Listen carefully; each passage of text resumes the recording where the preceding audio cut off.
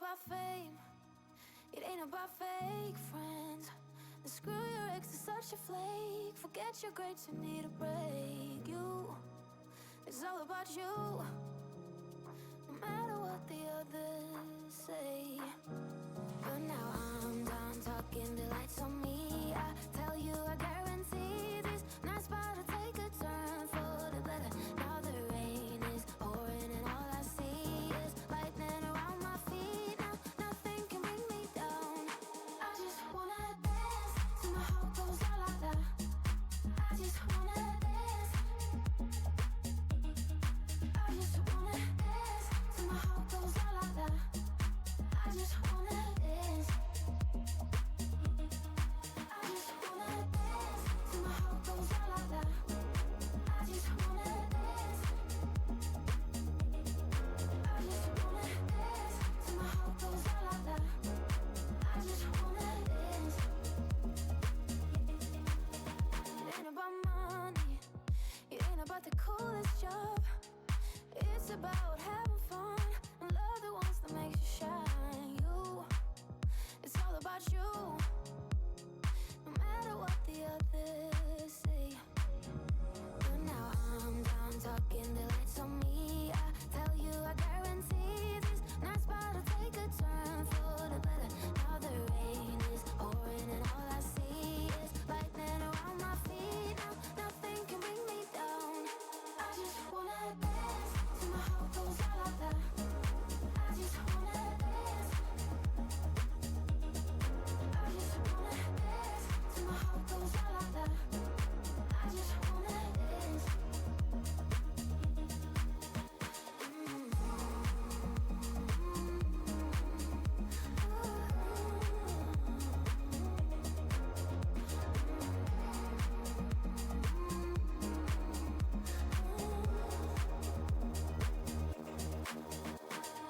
I'm done talking, the lights on me. I tell you, I guarantee this night's about to take a turn for the better. Now the rain is pouring and all I see is lightning around my feet. Now nothing can bring me down. I just wanna dance till my heart goes la la la. I just wanna dance. I just wanna dance till my heart goes la la la. I just wanna dance.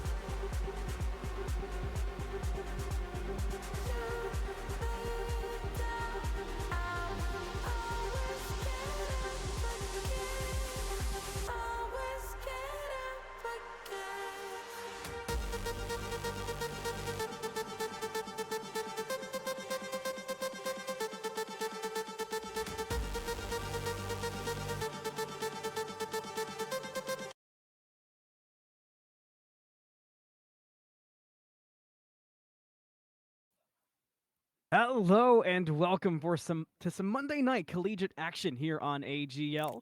My name's Anthony Malum and I've got a stellar crew with me tonight. I'm joined by both Cabbage and Red Rosie Panda running us through production. We've got an exciting matchup between Colorado State University and South Alabama. Cabbage, my friend, how are you tonight? I'm doing quite well. Already played in my match for last week of the collegiate. Got our match set up for this week. It's been some really fun action, both on the player and just on the end of being a participant, watching the teams go back and forth. Definitely some choice words being thrown, but all in good fun. 100%. And just a reminder, as always, that this season of Smite is brought to you by Albion Giants and the National Esports Collegiate Conference.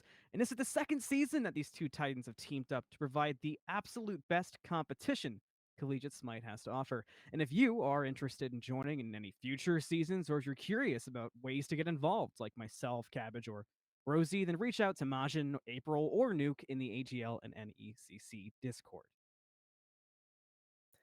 Sure thing. And I mean, I think we You're, got some picks and bans rolling through I'd here sprint as to it well. personally. I mean, Oh, it's such yeah. a it's so much fun. I mean, we had so much fun getting everything set up. Such a bonding experience, truly. But yes, picks and bans coming out, and nothing has been completely shocking, but the Scylla did pique my interest.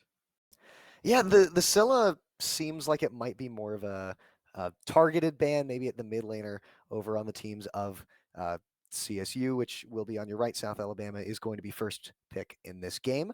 Something else I did want to look at, though, were this ban focus on Oleron and Chernabog, two picks that I know that are very popular in my collegiate games, but also just very popular across the board. You see it being played in SPL, in your ranked games. Chernabog with that rotational potential, very strong. Just the sheer pressure that Oleron gives you with that mage ADC, definitely a very solid pick, one that you really don't want to play into. But the pick of this Raijin being left up, immediately locked in here for Alabama, I think it's a very strong pick, offers good damage, pretty decent safety after all the buffs, even surviving the nerfs. Late game scaling is still definitely there for this character. But the lock in of the Geb on the other side, Anthony, a top two Geb is not something I would have expected, considering how there are a lot stronger picks left on the field. I think stuff like Freya comes to mind. Thor's still up, but Geb and Shiva, not the picks I would have expected. No, not at all. I mean, I kind of thought we were already in for enough shock that Scylla was a prio ban over you know so many different options, but it led to a Raijin pick, which I was sitting here thinking, wow, it's a lot of control over the mid lane. Maybe they're going to be forced into taking a mid laner here early to get themselves in some kind of position to actually get a good mid laner. But no, the focus is on Geb and Shiva, and that tells me that there is a significant priority on the front line here. Ooh. Significant priority on the front line, possibly just some comfort picks. Good reason now. But Anthony, I look at the other side. I see this Saul. I see this set. I see two gods that are very popular right now. Especially the Saul, going to have a ton of pressure over in the duo lane. I talked about those Goodness magical gracious. ADCs early on, the Freya offering a lot, but this Saul hyper early game pressure. Now, we don't talk about Saul late game because it doesn't really exist. But the main point here is that Saul in the duo lane is going to be a real linchpin here for Alabama early on. Looking at the other side, I see a Geb in support, and I really don't see any strong way to help shut this Saul down. Yeah, I really don't know how this is. I mean, if this was an SPL game, I'd be looking at this draft and absolutely pulling my hair Oh, out that they were all to get it. But Colorado State not really interested in any response so far. They're kind of just doing what they would like to do, and what they would like to do is lock in a Poseidon. I mean, that is damage. It does have some good setup from Geb, who is usually a really good combination with Poseidon, both in the combination of Geb keeping Poseidon alive if Set dives in, or just in general, Cataclysm for Kraken is classic. But I don't know what Colorado State could lock in here that would make me feel better about allowing Raijin set Soul. yeah, not a lot. And I think we talked about a little earlier just the difference between these two drafts in terms of one being maybe what the players are more comfortable with, and one just being what is really at the top of your meta, what you're seeing being played absolutely everywhere. And as these bans roll through, I definitely think Colorado's really wanting to help keep these picks alive. That ban in the Ares really screams to me that they don't want this Poseidon getting ulted. I think the Ganesh as well, if you get caught in those Dharmic Pillars as posts, it's really, really hard to get anything done. Ganesh also just a very strong pick. But still, a lot of strong things left open. Again, I think the Thor is a very, very solid pick that hasn't seen really any attention thrown over its way so far. There's also a Pele open. Uh, I don't know how that even skipped my brain. No, you're right. Pele has not been taken in the top 6. In fact, Yeah. Set being taken over Pele here. A little surprised to see that, and Set a strong character. But I don't think we're gonna see, unless it would be like Set or Pele solo, which I could I see mean that would be pretty maybe it could be a Set interesting. solo. We did see SOT go that and get a pentakill very recently, but I mean, it's hard to look at very top level play and say, "Oh, I'm going to do that in my next game." So it's kind of hit or miss there. But with the Ishtar lock-in, we're just Colorado. I mean, they knew what they wanted to play coming in. That's clear because none of these characters would have been banned. So So I that's a fair respect the point. commitment to the bit. And I Not a will say, bad bit either. It's not like it's terrible. it is a very, very funny bit. Seeing Geb Shiva Poseidon as the top 3 in any tournament, I think is Very season absolutely. 9. Yes, exactly. It is a real knee slapper, that one. But the Ishtar, I do want to look at this pick because I think Ishtar, specifically into the magical ADCs right now, actually does have a pretty good time. You're able to match the clear pretty well. The ultimate magical ADC is not known for their escapability, so going to be able to land that. So you're going to have some pressure in lane. So I think that the ADC of CSU on this Ishtar might be able to lane well into the Sol if they're able to get the ball rolling. And I think that's the big question here is who's going to be in that jungle? How are they going to be setting up that duo lane going into the future? Because I'm not expecting a ton of pressure coming out from this Geb unless you're hitting some pretty crazy cataclysms. But Anthony, we mentioned it earlier, that Thor gets left open, that Thor gets locked in. The only thing a little odd at the end there is a Kuzenbo, but with a team like Raijin Set Soul Thor, you can essentially play anything you want as a 5th character, and there's nothing the other team can do about it. I mean, there is a world where if the Ishtar can keep the Soul under control and the Poseidon can get seriously ahead, there is a world where Colorado State can run away with things because that damage and that control eliminating the mid ADC is possible. But that world, I kind of feel like Doctor Strange right now, where it's like that's one reality where it can happen, and I'm not going to say it won't, but it's just difficult to foresee. But I love the Kuzenbell lock-in because at least it's fun at the end here. Oh. All right, now I just want to throw my notebook out the window. So I will say, Baba, better So mid laner than Poseidon jungle. Post. But yes, you are correct. That does mean that we do in fact have a Poseidon jungle right Oh, now. goodness. So yes, I mean Poseidon jungle. Haven't seen it for a while. You have good clear. The CC is a little lacking, but if you can catch people out with that Kraken, could do a lot. And I think looking at it, I did talk about maybe some of the pressure going towards that Sol. The Poseidon may be able to hit some Krakens on the Sol. Doesn't really Yeah. have the escape that you'd need. So I'm thinking there's some sort of method to the madness here. I think the real question here is whether or not Shadow Murloc on this Poseidon is going to be able to capitalize on this pick like he has to. Because if this Poseidon is not hitting the Krakens, not getting the rotates, even if you're hyper farming, you're going to fall so far behind. The enemy is going to get so far ahead. This Set is going to cause you so many problems in the jungle. If he sees you, you are gone. Especially looking Kuzenbo, Sol in the dual lane. That lane is going to be pushed up to tower for maybe the first 5+ minutes. And there's not even a lot of setup for the Poseidon. You're right. It's essentially relying on the Geb. I mean, you could make some really niche scenarios where Shiva and Ishtar could get some setup in there. I mean, if you Maybe. want to get really crazy, you could talk about the Baba Yaga knockup. But like the Baba knockup as there's set up.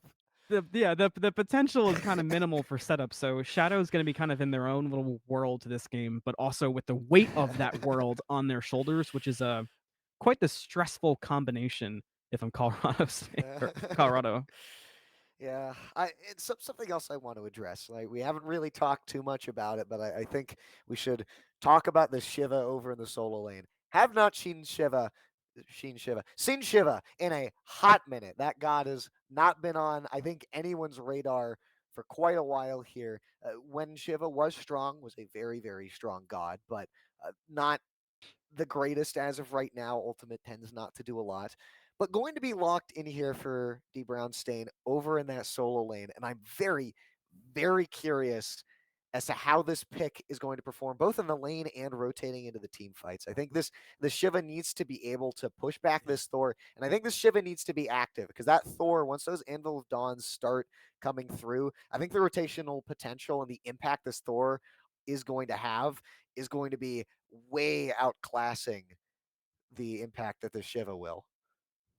And I mean, realistically, no matter what goes into that soul lane, the Shiva could have a difficult time because Set True. going into that soul lane could also be a significant problem for Shiva because that matchup is not a very comfortable one for Shiva because Set's damage can quite literally just sit around your cooldowns and You know, and just do more than you could be prepared for. But we are about to get into the game to get some well, answers for that as well.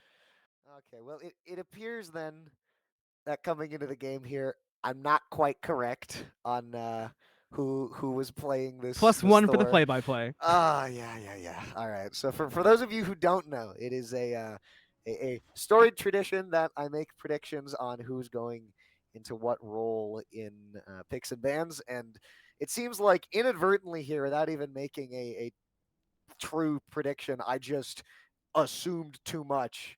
And it is going to be a Set in the soul lane and a Thor in the jungle. I believe that actually brings me to a historic 4 correct predictions and 40 incorrect predictions in my entire time as a caster. I'm writing here that one in down the for Smite myself. community.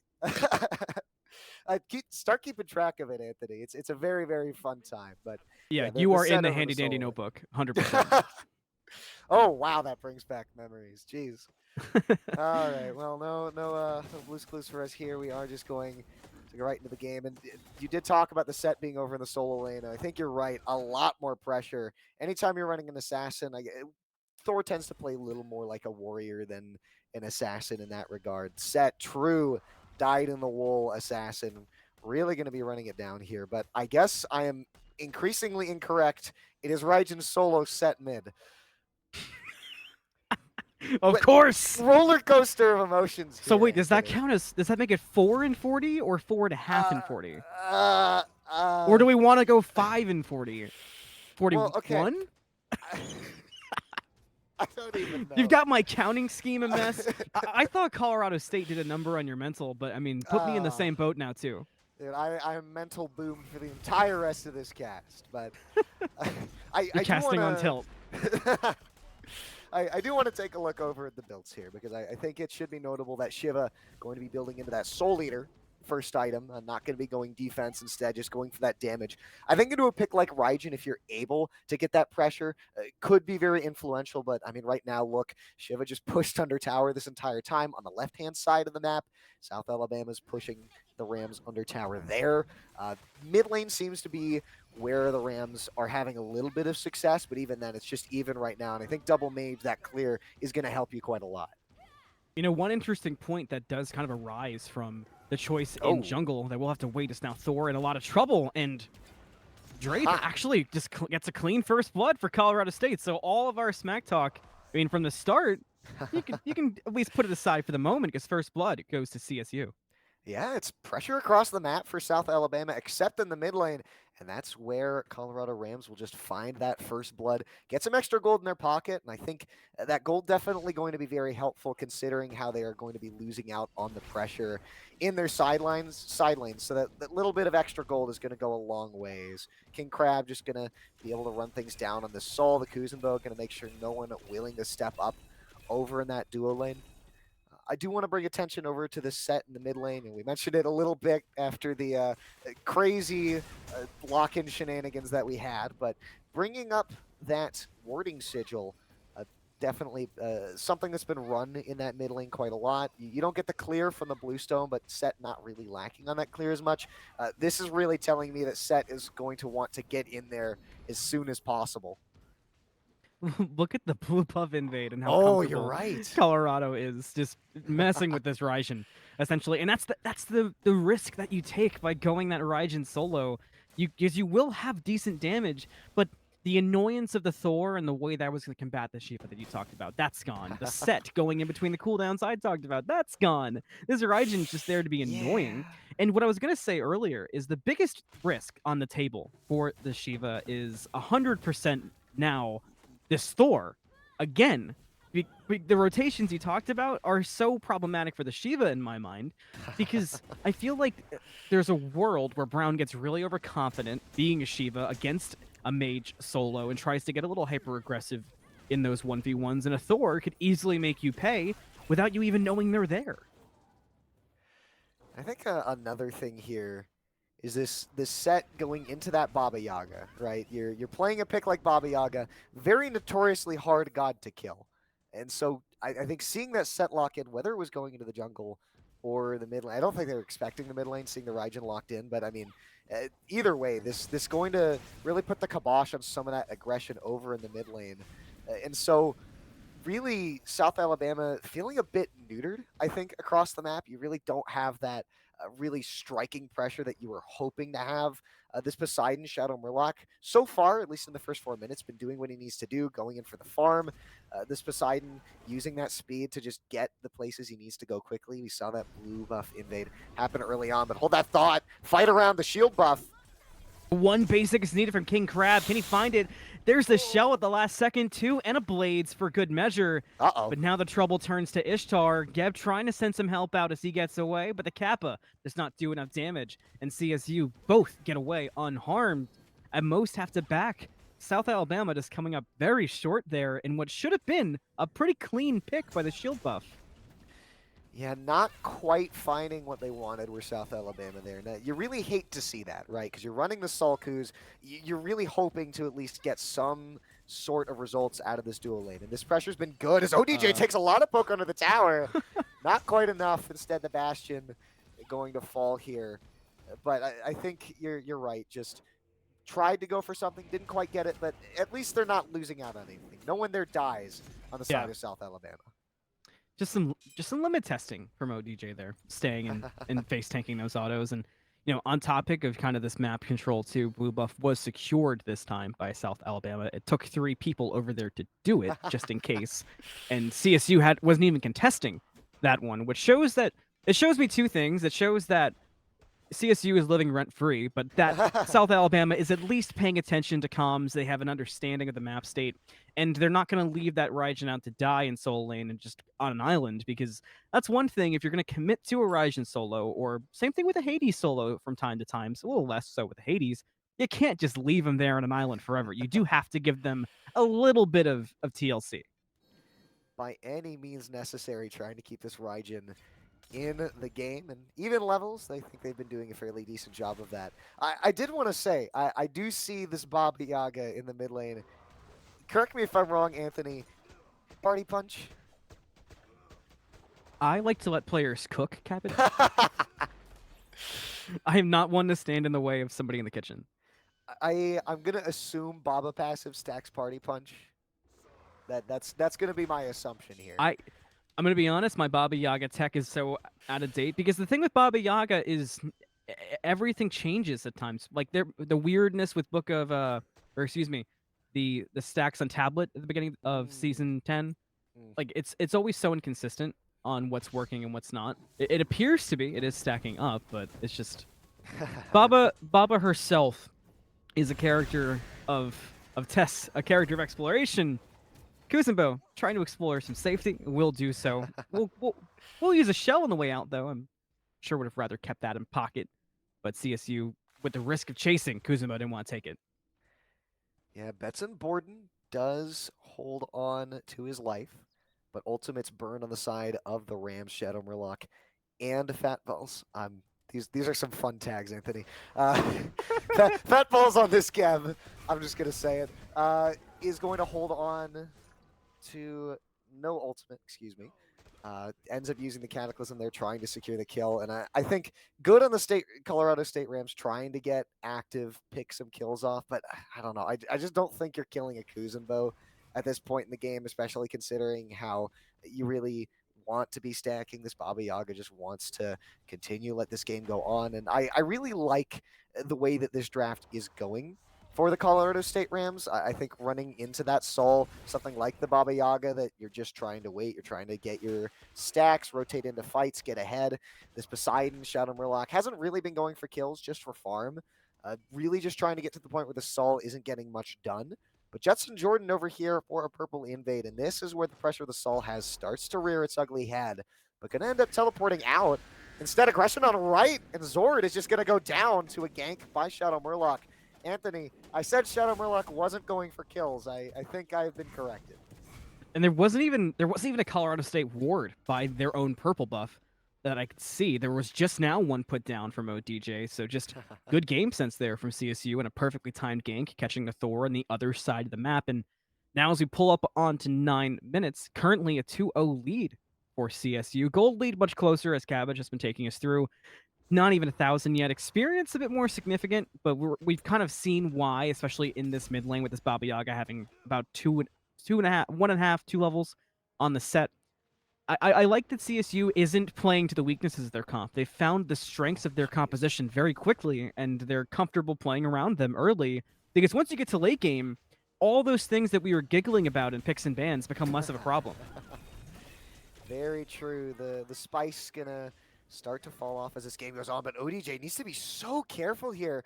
King Crab on the Sol has just been an absolute menace. Got to stop face taking the soul autos in a trade. You got to, if you're gonna take the trade, in my mind, you at least need to try to get a jolt off of the stellar burst in that 1v1. That's kind of a good way to be an Ishtar and play around a soul. But kind of just walking at at soul's passive is not how I would suggest to take that 1v1 usually. But Ishtar can get the better of soul in it, especially if you can, like I said, catch that stellar burst with your dash, your jolt. And especially if you can use Blades of Retribution post to separate, then Soul doesn't have a chance in that 1v1. Ooh. Force gets hit with a knock-up here, and Fatballs is getting pushed into the jungle. Doesn't look like there's much coming his way, though. Geb's It's a red herring. Oh, it's a red Gold herring Fury. for the Gold Fury. I like that call a lot. That worked so well. What a good play call from CSU, whether that was completely on purpose from the get-go or just a reaction to Geb being really deep. A wonderful play regardless, gives them a Gold Fury, adds to that lead. So well done from CSU. And they even got some poke in the set for their troubles as well, which a minute away from Stygian Beacon, you'll take that. It's okay, Fatballs. No one saw that ult. I do like the rotation, Leave though. him alone. he's the one who chose that tag, okay? Not me. I can make fun of him as much as I want. I will say the rotation there from Brownstein on this Shiva, he was there immediately for that objective pull. Zord took that time to farm up a bit in right, but look, that T1 tower gone for South Alabama. Shadow Murloc really helping out in this right lane, and the Shiva was not expecting it to be as far, as in the game as it is right now. But I think Brownstein making good use of this pick, has a lead here on Zord, thanks to some ganks as well as just to what is undoubtedly some good play on this pick. But as this game goes on, neutral objectives are down. I think we're in the phase of the game where people are going to be looking for picks. I see that. There's always the big question, that first Stygian Beacon. That is true. I wonder which team is going to try and show up here. We saw Brownstein rotate over. Does have TP back up as well. And notably, no TP in the pocket of Zord. And so coming over to this beacon, I think CSU might be the ones to be here first. Alabama, they have a decent fight, especially we can see Jetson Jordan let rip some of these Andals of Dawn, because we really haven't seen this Thor ult make any impact, but a rotation, no teleport needed here from Brownstein. Gonna come in, and Anthony, I think they're getting the beacon. I believe they are as well. I don't see a world where it can be contested unless they get there incredibly quick. The Thor will be the first there, won't be there in time. Stygian Beacon goes to CSU. They're going to look for picks after the fact. They're going to look for Jetson first, who has to go into the Anvil of Dawn right away. Set in the back line, trying to keep Baba Yaga from joining in on things. Won't be successful yet. Baba Yaga still hanging out. There's a Kraken. Does it do enough? It does for Brown, who picks up G-Force. But now the fight splits to two different directions, and that split from CSU might have cost them a couple picks. They might just have the one. Maybe they can find Raijin too. There's the beads. They will find the Raijin. It's going to go to Draith. King Crab going to find ODJ as a solo kill in the duo lane in the meantime. So that ends up being a kind of awkward and an unnatural 2-for-1. But realistically, that mid lane fight, if CSU doesn't take that split we saw, I think they get a lot more picks. Yeah, a bit of a scuffed fight there from South Alabama. I think Betson Borden pushes.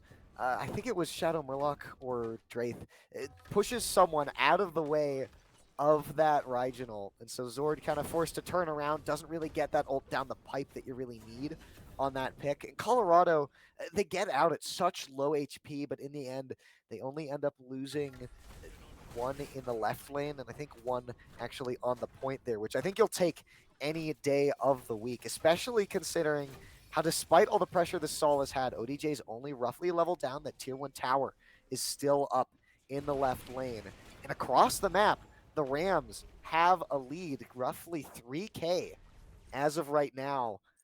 And Anthony, we talked about how we think that the draft here of the Rams is going to scale better as this game goes on. Kuzenbo starts to lose some of his impact. This Sol, that early pressure not going to matter once everyone's even on levels. And I'm just waiting to see a little bit more come out of Jetson Jordan on this Thor. I'm surprised they haven't played more aggressive with a Thor and Set in your mid lane.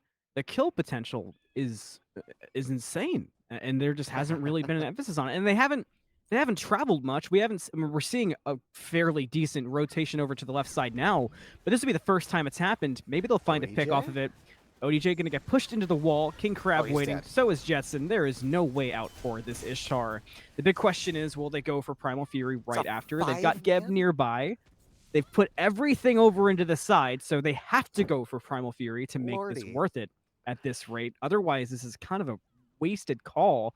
But it's going to be a Pyro in response from CSU, so in that case, you cannot let Baba Yaga and Geb have an attempt to steal, and you have to get Primal. You have to do both. Ooh, Supernova Solo. already out on Geb, who's trapped but alive. Now they restart Gold. A big 4-man Cataclysm. That sets up Drake to find one pick already, and CSU gets the Pyro across the map. And Wolfdon gonna look for somebody, anybody. G4 gonna find the Geb. I'm not even sure who got the Fury in all that chaos, but CSU has just shown again that they have full control over this map state. They've got a Shiva blinking in. Everything is going red right now, and South Alabama can just stand and watch. Very, very interesting pull on the Primal, I will say. I think that South Alabama kind of misses their opportunity to turn on the rest of the members of the Rams there. Draith and Fat Balls, they step up and they're sitting there for quite a while. You can't be scared to take a 2v5. Yeah, I mean, you have Anvil of Dawn, you have Set, you have some of the best dive, and yeah, it's a Baba Yaga and a Geb, but it is just a Baba Yaga and a Geb. You've got all 5 members of your team, and yet somehow they end up, they secure the Fury, but they lose the Pyromancer on the other side, and you end up losing G-Force as well. You just can't be letting that happen. Yeah, that's the perfect example of apathy will get you killed. I mean, you can't sit there and do nothing with your time. They had 2 options there. Drop Primal, take the 5v2, and at least kill one, and the other will walk away. Or hard commit in the Primal and 50-50 in front of a Geb, who you can fairly easily control in that situation. They chose to do neither one, and they walk away from an awkward team fight. Back to duo side, though, and there's going to be 2 pinching in on King Crab, who's in a lot of trouble. Soul able to step away without the separate. They couldn't even commit to that. So the Soul, so far, the one bright spot, so to speak, for University of South Alabama. Oh, you. Well, oh, Soul no. bright spot about to be spotted out here under the tower. It's a return. It's a return team police show up moment on that left side. This one gets King Crab. It doesn't feel great, but there was a good fight put up, and it got a lot of poke out. So with Anvil of Dawn getting charged up, and it's going to be landed down on top of ODJ. Shell comes out, Blades as well, and Thor's in a lot of trouble and really out of position. Kuzenbo and Set trying to turn things around, but they've got to worry about the Thor, who's getting chased out by the house. It's going to start turning in favor of South Alabama, and quickly. They just need to get a couple picks online. They did lose the Thor, but they got 3 out of it. Definitely worth it for Alabama. A big pickup when they needed it most. Yeah, 2 for 3. Alabama finally find themselves a team fight win here. I think a lot of that off of the ultimate from Jetson Jordan. We finally see that Anvil of Dawn hit pay dirt. And I was a little worried at the start of that fight there. That fight gone another way, you would have been hearing me complaining, Anthony, about how Thor was level 13 at the very start of that fight. Now sitting at level 14 in the grayscale. But G-Force on this Set took very little damage there, is still here on the fight around the beacon. They're letting a lot of poke fall into Kuzenbo, but they're allowing Baba Yaga to free cast from that side of the Stygian beacon, and you can't let that happen. That'll get you in trouble, and that's buying a lot of time for the rest of CSU to make their way over. Now Set forced out of the fight and very low. It's going to be a 4v3, 4v4 over at the Stygian beacon, and things are not going great for Alabama. They've already lost King Crab. They have to concede the Stygian beacon. That should not have been so much of a problem for South Alabama. They had the perfect setup to win that Stygian beacon. Just end up focusing a little too much damage there on the tanks of Colorado State Rams. And look at this, Anthony. They're starting up this Fire Giant. Are any of the members of South Alabama going to stop by, Anthony? No vision. I don't think they are. No vision whatsoever. And another good play Force? call from CSU. Cabbage, we've seen that twice now, where their play calls have just been realistically 3 times, because I would consider sending the 2 members to Primal was also a great play call. So that's 3 amazing play calls from CSU that have, I mean, if you look at the score, 6-9 currently, with the gold lead leaning and growing ever so quickly towards CSU at 4,300. Though every time we see a big jump, that's one of those plays, and CSU's just been on top of it this game, and South Alabama hasn't really had an answer. South Alabama also going to need to defend here. And Anthony, I really can't say I like their defense all that much. I think the lack of a traditional mid laner is going to cause them a lot of problems. Now, they do have the Raijin, who does seem to be building into lifesteal here. So you're going to be able to shore that up a little bit here. But look at this aggression. Jetson Jordan's at half, and he's gone. Absolutely popped. Will things fare better for the rest of South Alabama is the question. They're going to find one pick under the Geb right away from the set. But CSU have regrouped quickly, and they've got the health bar advantage if they want to push the fight further. They get some poke in the Kuzenbo, and that's enough for South Alabama to take steps to retreat. But CSU still standing strong, and they've got massive ward vision, first of all. We have not talked enough about that, because look what it's doing. Look what it's costing you. Might cost Alabama their Kuzenbo? Yeah, it will. It's not even close. Rampage for Draith. CSU continues the onslaught. It looks like they're going to back up and finally get a hold of this Gold Fury. And I just really don't think South Alabama has that ranged, non-committal damage that they need. This Raijin building into that lifesteal and the cooldown, but you're not really having that power, that punch that you need on this Raijin to really make it start to hurt. Yeah, he's level 18, but I mean, look at the members of CSU here. 19, 19, 19, 17. The only one who's even with their counterpart, the only 2 are King Crab and Betson Borden here. Everyone else is behind, and CSU is just starting to pull ahead by an absolute country mile. 7,000, Anthony. This gold lead has ballooned, and I feel like this draft only just gets better and better as this game continues on, and without that strong punch that you're having here from a range, South Alabama are forced to rely on this hard dive of all of their members in these fights. And when Geb is Cataclysm, I was joking about this, Geb. I thought it was a little interesting to pick that up in your first slot here for CSU, but it has been working absolute wonders, So well. Anthony. And a big part of that, too, is, and I am never one to harp, but the Thor has just been a non-issue for CSU. And when a character that has that much impact on the map becomes a non-issue, you kind of just get free to do anything you want. And with the setup from Geb, things are looking perfect. We might see it again. Thor going to get caught at his speed buff and erased before he could even get into the sky.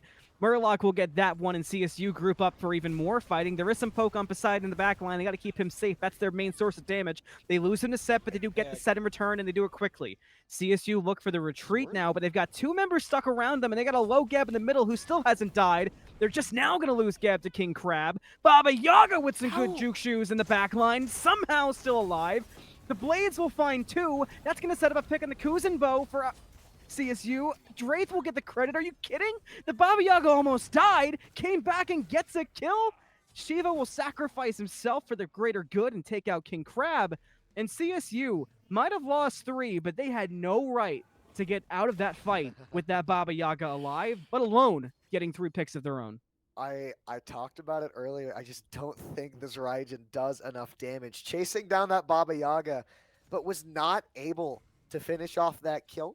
thankfully for South Alabama, Zord survives. And I think crucially, Anthony, you stall out that fire giant. You don't lose a Phoenix. Taking that fight there, even if that's a fight that you technically end up losing on, it is an overall map state win for the University of South Alabama, trying to get their members up to 20 here, at least get the experience evened up, get some of these builds closer to done. Because as much as I have been saying, I think the draft of the Colorado State Rams is better than the draft here of University of Alabama as time goes on. Once these levels get evened up, it's going to put Alabama in a better game state than they would be otherwise. Yeah, that one world where things could work for CSU. I guess we're in it, which It's makes me the world makes where me Thor is a non-issue. yeah, it makes me consider like lottery tickets, maybe refinancing some stuff. But Maybe you you should know. consider predictions for Smite drafts. I don't know. I mean, 4.5 and 40, the 41 question mark, Raijin question mark, Sec Yeah. question mark. That's hard to live up to if you're me. I don't think I could catch that legacy at all. So I'll probably I'm just just keep built to my rough different, man. predictions. Big things though are it's 24 minutes, it's 10 to 15, 7,000 gold still strong for CSU over South Alabama, and they basically, I mean, aside from the Soul split pushing, who has been again the shining spot for South Alabama, CSU has run of the mill of what they want to do right now, and they're playing aggressive around fire, kind of forcing a fire dance, and they almost get a pick on the Raijin. South Alabama has to respond to this in some aspect because you've got Titans pushing down mid with CSU dancing on fire. This is the fourth best play call we've seen this game. Fire Giants getting erased so quick. There's not even a chance for South Alabama. That is not how that needed to go. That is the shred that this Poseidon in the jungle is going to offer the team. So moving over to this mid lane, they're going to take out this Titan and then push down onto this T2 tower. I think I should really point out here, Anthony, we've talked about Thor really being a bit of a non-issue. At level 18 right now, the only carry on that team, the only damage dealer not to hit that level 20 mark. And I think that's going to be a very big deal considering how that Anvil of Dawn on the base defense is going to be very, very crucial. I think the wall's also going to be very important to stifling the push here of CSU, but they're walking in the Titan, heading into the Phoenix. It steps in with CSU right behind. A Watery Grave comes out to try to disrupt CSU before they can get too crazy. Supernova used as well, so that's two big ultimates down already from South Alabama, and they can barely save their Phoenix. It's at a quarter, but with CSU still standing out, they're going to get that Phoenix no problem. South Alabama with the engage after the fact and a huge Anvil of Dawn. Will that make up for what we've seen so far? They did lose to Thor instantly, but they did get a big pick. King Crab gonna find one too in South Alabama. Chase out CSU when it matters the most. They're down to two left, but Drake gets a pick through it. A double kill for King Crab, but CSU just every time South Alabama gets any kind of chance, CSU still takes somebody down with them. They even got Poseidon out of there. How is he? Wait, he didn't die? He didn't. He's just back in by the pyro like it's no big deal. Goodness gracious. And before we get too crazy, I do want to say fair is fair. We talked a lot about the Thor being a non-issue. While the sets got kills, if I'm South Alabama, I need that set to start doing more set things too. That is a very, very good point. This set needs to be able to get on the back line there.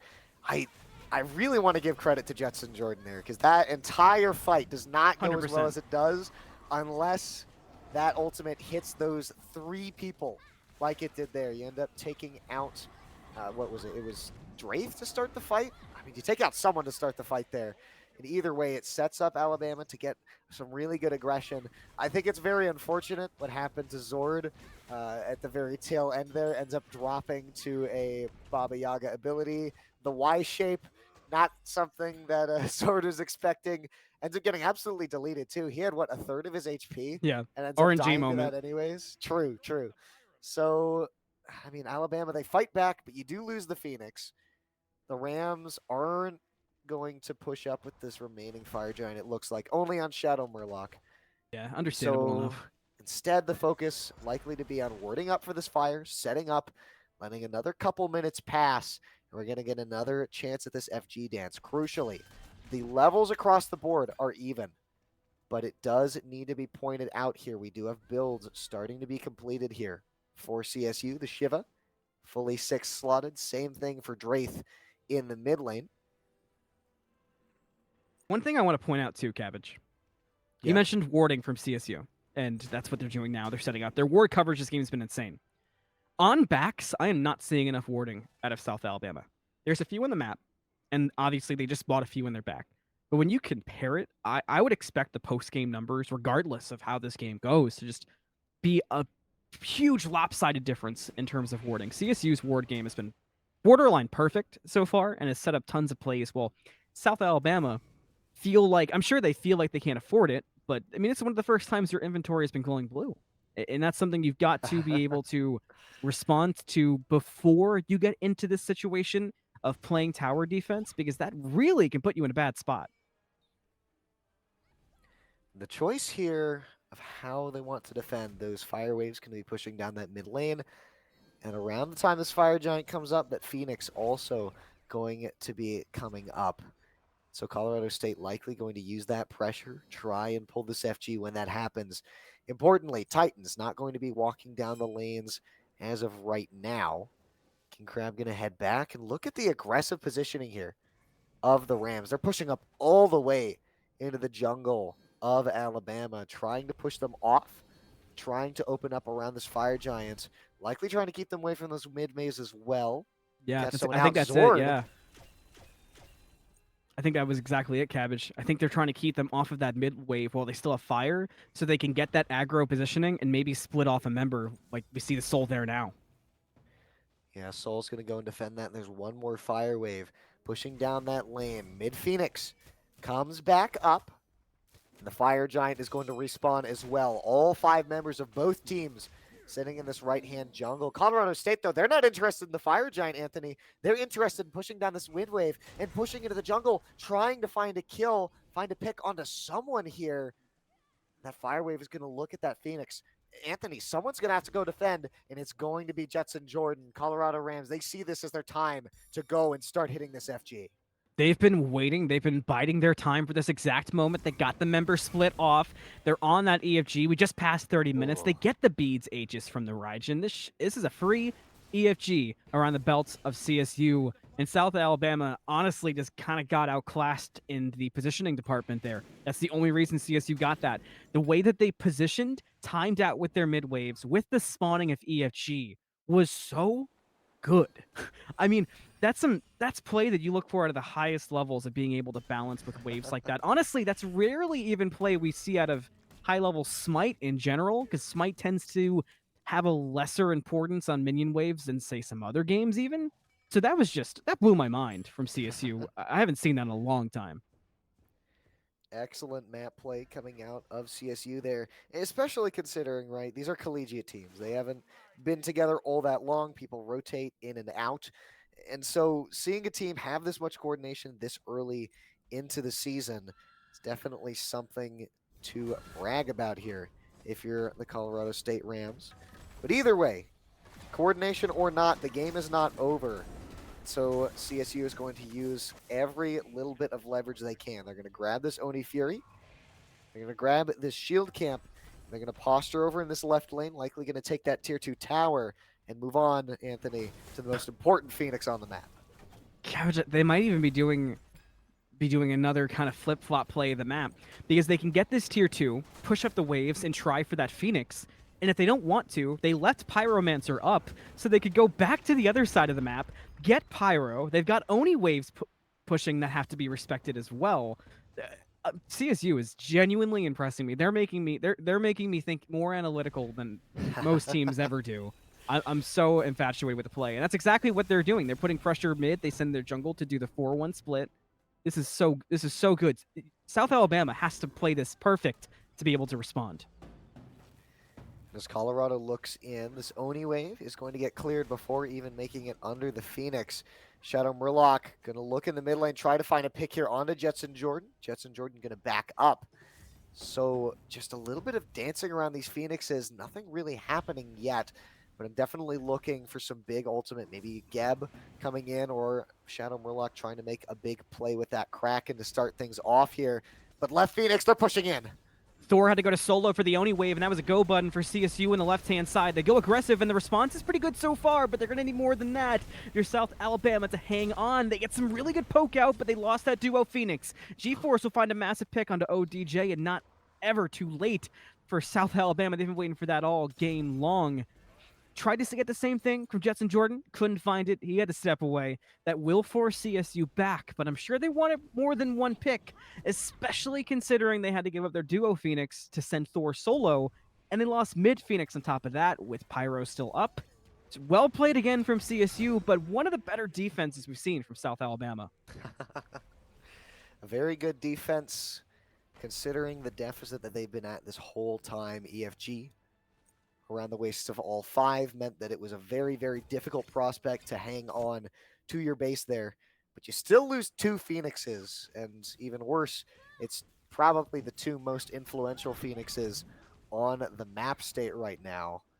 Going to be very, very difficult from here on out for South Alabama. By no means impossible, but a lot of work left on the table. With 33 minutes heading into 34. And a 15-17 score and a gold lead that this is usually when I stop talking about gold lead just to be kind to one side of things. I like to say this is the hero time, this is the time to kind of lean back or lean forward in your chair, depending on what kind of gamer you are, to crank up the Shrek version of holding out for a hero and really try to make something happen. I'm looking at King Crab for it, but I'm really looking at G-Force, who has stepped up a lot in the last couple team fights after we talked about it. Maybe that's where South Alabama can hedge their bets. South Alabama, once again, showing face nearby this FG. They really don't want to let CSU have this FG, but it's going to be so hard. Zord looks to be caught out, dashes over the wall. That would have been a bad pick for South Alabama. Thankfully, they got their Raijin out of there, but they're forced back too, and now CSU can play aggressive again. They've got map state, they've got Phoenix pressure, they've got EFG spawning, and South Alabama can just kind of wait for a mistake at this point, and they don't have any other options. And I guess the number one thing we can talk positively about from that last engagement was the Raijin got away. The monkey manages to make it out. I think that's something that you really, really need here if you're South Alabama. You need to be able to stall out CSU, but not lose anyone in the process. And oh my god, that damage! I mean, he's a solo laner, but he's not. He's not like actually a solo laner. Caught the Calm Y there. down. And that's going to Goodness eliminate any gracious. chances of a Fire Giant contest, because it looked like South Alabama was considering maybe sending a long-range Raijin ultimate, but as soon as that Y hit, there was no more option for that. And now CSU have EFG around their belt. They just have the one Phoenix to deal with. They got decent timers on the other two. South Alabama, they got to be ready, because it's coming. Zord just wondering why this Baba Yaga is able to poke him out so well. I'll see myself out. I'm sorry. 10 out of 10. Phoenix Siege on the right-hand side of the map.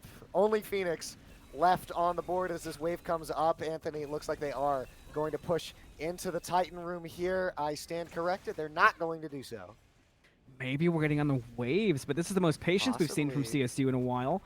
They do have the Shiva in. Shiva Tandava going to be forced so far, but the damage is really good on Wow. CSU. A lot of damage came up from South Alabama. Look how much they took. Look at the Anvil of Dawn from Huge. Jetson. That was perfect. The follow-up is really good for King Crab, too. Jetson's going to find a double kill off of it and continue the chase. Insane. South Alabama does a perfect defense. Just when we thought they Phoenix didn't is- have any more left in them, they find two double-doubles. South Alabama, near deicide, they can run it down. They can make up a lot of ground off that. Yeah, we'll have to see how much they can get here. Crucially, two towers left up on the right-hand side of the map. This is all going to help make quick work of those. And meanwhile, Zord has to defend the base from these fire waves. Despite losing out on that fight, they do manage to reset this mid and left Phoenix. So CSU at least gets something out of that. Shadow Murloc, though, going to have to make an excellent defense here around the Phoenix. Ultimate, crucially, is up, and the Soul going to have a rough time avoiding that crack. And drops the 3, trying to look for something here. Isn't going to get it. South Alabama contemplating what they want to do next. T2 is still left up in mid. Good stun, good double tap, no teleport in. But Shadow Murloc takes a little more than he bargained for. Respawn timers, the Colorado State Rams, coming back up. And Anthony, they're going to back up and do this Pyro. Something crucial there for CSU was that Raijin had to defend those fire waves. True. If that wasn't the case, there's actually a decent chance that South Alabama takes the risk and try to end the game just because they still have ground to make up. It's not like that has made the game completely even. I mean, it gave the advantage to South Alabama, but state-wise, there's a lot of ground left to be made. And if I'm CSU, I don't think there's much time to play around anymore because you're at that pivotal point where one more defense like that and the game essentially resets itself and you're looking at a 55-minute game where you can't make any more mistakes. So if they want to end it on their own terms, if they don't want to have to go back to minute 1, they've got to make an aggressive play call. And they've made really good play calls. You got 2 Phoenixes down. You won't have VFG around everybody for the near future. I think you got to at least try to get some picks, make some aggression, because you can't completely let off the gas just because you got almost decided one time. Because like I said, if they do, then we're looking at 10 more minutes of this, and I would start leaning the way of South Alabama. Anthony, I shudder to think that you might have just willed a 55-minute game into existence here. I'm just used to it at this point. That's a fair point. I'm so broken inside that I just prepare for it. I do actually want to point out, though, Saul here. King Crab, no. okay, hold that thought. Cannot afford this. Zord, you got to go. You got to get out of there. That's a beads. You can't even afford the beads and Aegis that was used there. It was just the Aegis. It was just the Aegis. Important I mean, relic to lose there, but yeah, it's better than beads Aegis, like I initially thought. But my goodness. As I was going to say before, I was scared the crap out of me. so rudely interrupted by this Shadow Murloc on this Poseidon, which I will say, Shadow Murloc, metal name. But this Soul has been outputting way more damage than I would have expected. Oh my gosh.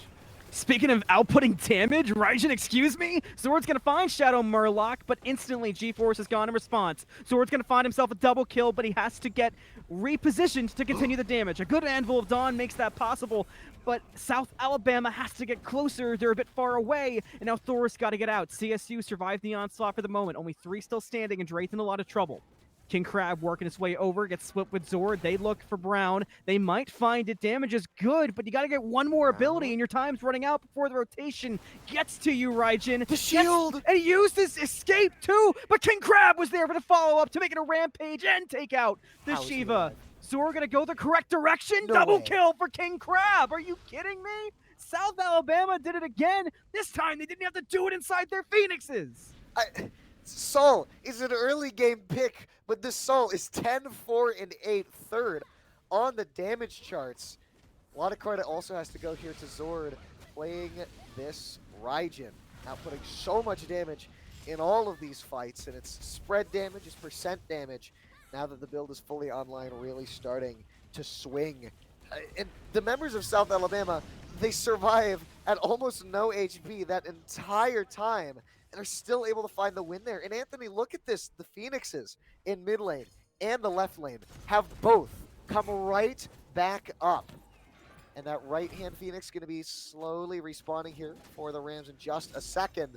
Anthony, I was just joshing you, right? But I come on, don't do this to me. I guess I've just been here too many times now. I literally, I was sitting there thinking, I was like, I haven't cast a long collegiate game yet. Most of them are pretty short earlier. I was sitting there thinking it to myself, and I was thinking, I haven't cast a long Smite game in a while. I was like, I cast a pretty long Siege set. Rocket League went 5 games. Just please don't. But I didn't expect this. But I love it.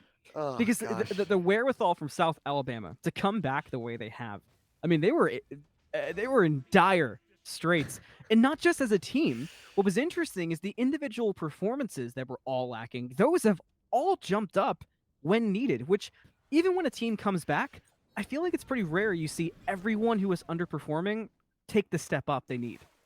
Very true. I mean, look, I was looking at this and I'm like, oh, the team with a Saul and double assassin is behind by 7k gold and 10k experience, and the other team has EFG. Surely this game is over, but no, Zord pops the ultimate, Put some damage through it into ODJ. Oops, oopsie, oopsie, get out of there. Can you survive it? Can you survive the oopsie? No, you can't. Oh, DJ gonna follow the G-Force. Anvil of Dawn in response.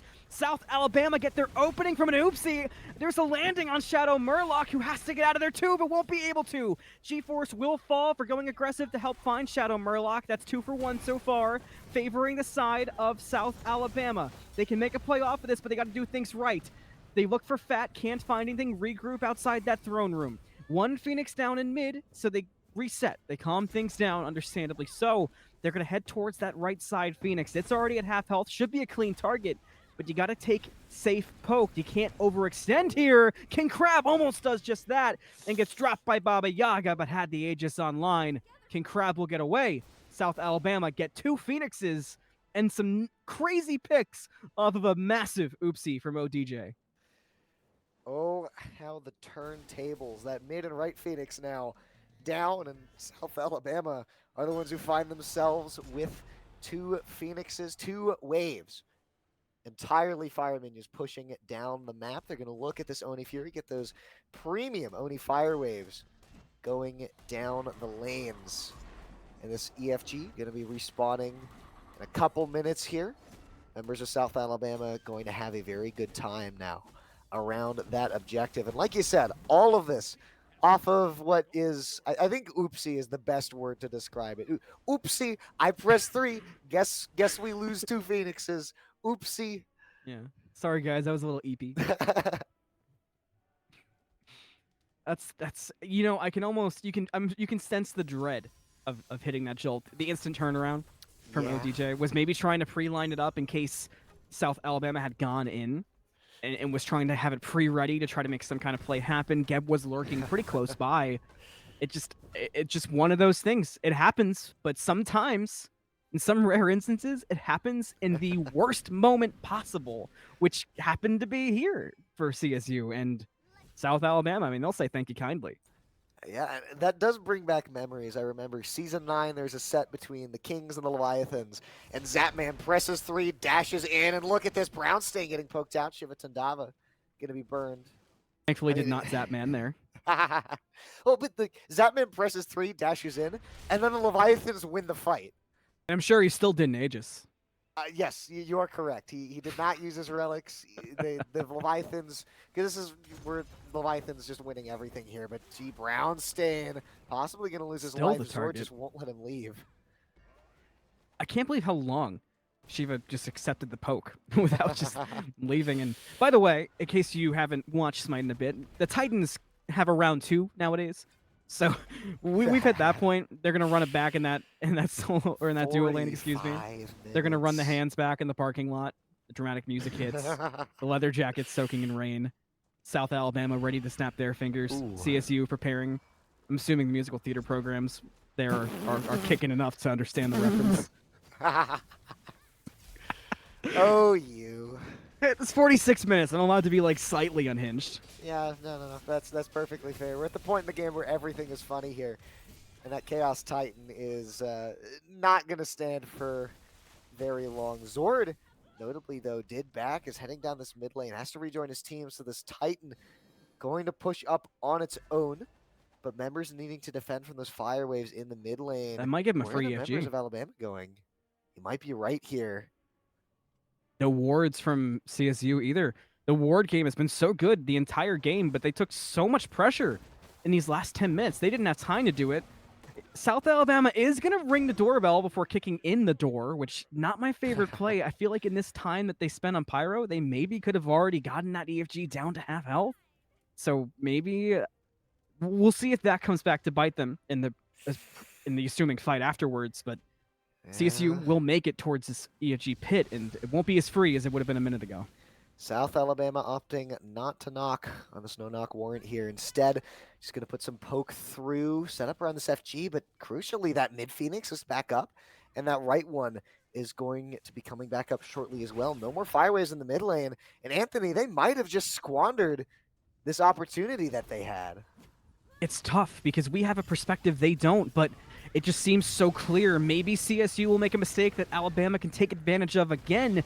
They start up the EFG, haven't hard committed yet. It's at the halfway point, so the 50-50 will reveal itself if that's the case. Jetson's going to go up into the sky. It's going to be a 50-50 on this EFG. They're going to take the chance. CSU lurking. They could make something happen, but nobody's too close. They got to do it if they're going to do it. They're not going to do it. South Alabama get the EFG, but Jetson took a lot of poke in the aftermath.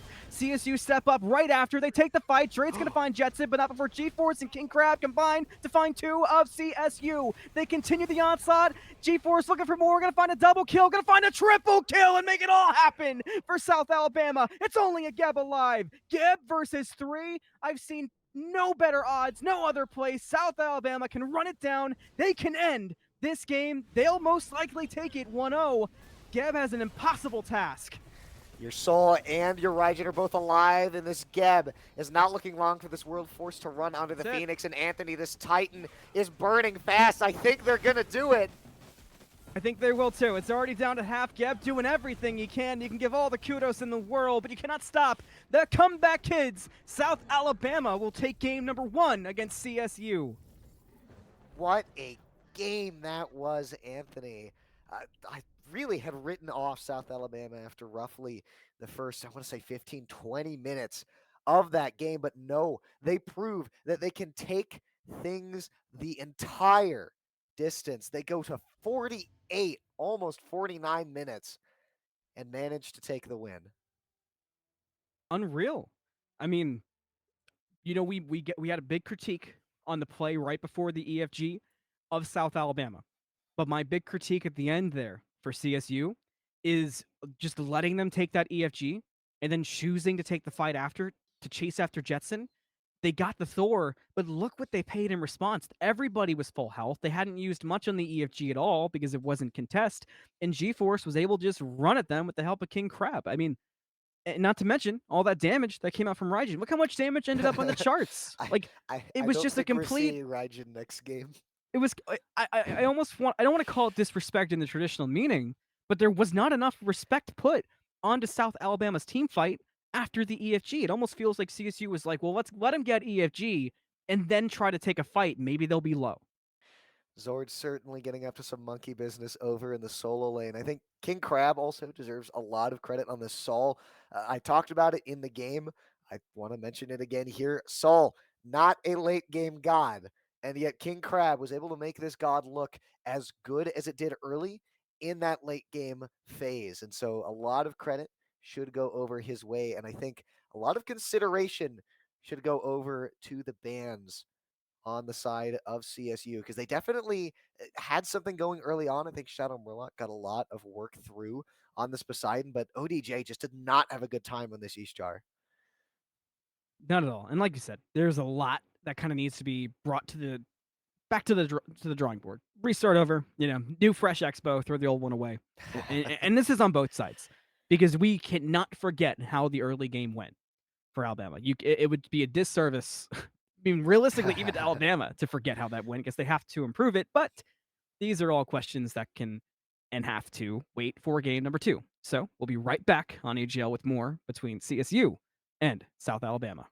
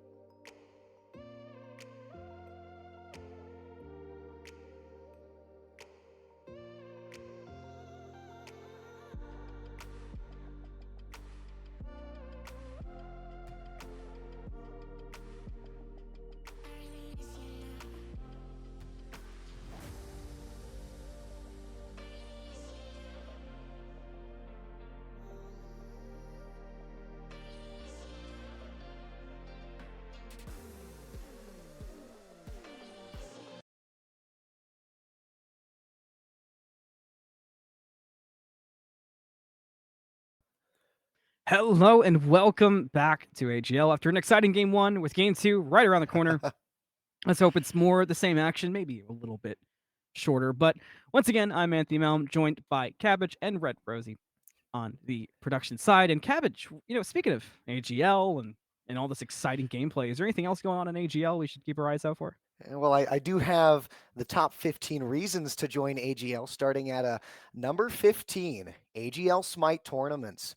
The last thing you would want is to be anywhere else this weekend than at our 2v2 Joust tournament on Saturday the 21st, or 3v3 Draft Joust tournament on Sunday the 22nd at 5 p.m. ET. Sign up now before someone steps on your fresh Smite gems. Signups and check-ins are open until 4:50 p.m. the day of the tournament and in our tournament signups channel. Now that the pleasantries are done, Anthony, what a game we had previously. Going into this next one, I'm thinking a lot of shifts up in this picks and bans here. Raijin, definitely a pick that I don't want to see again, and I think some consideration probably going to be thrown over to that Salt as well.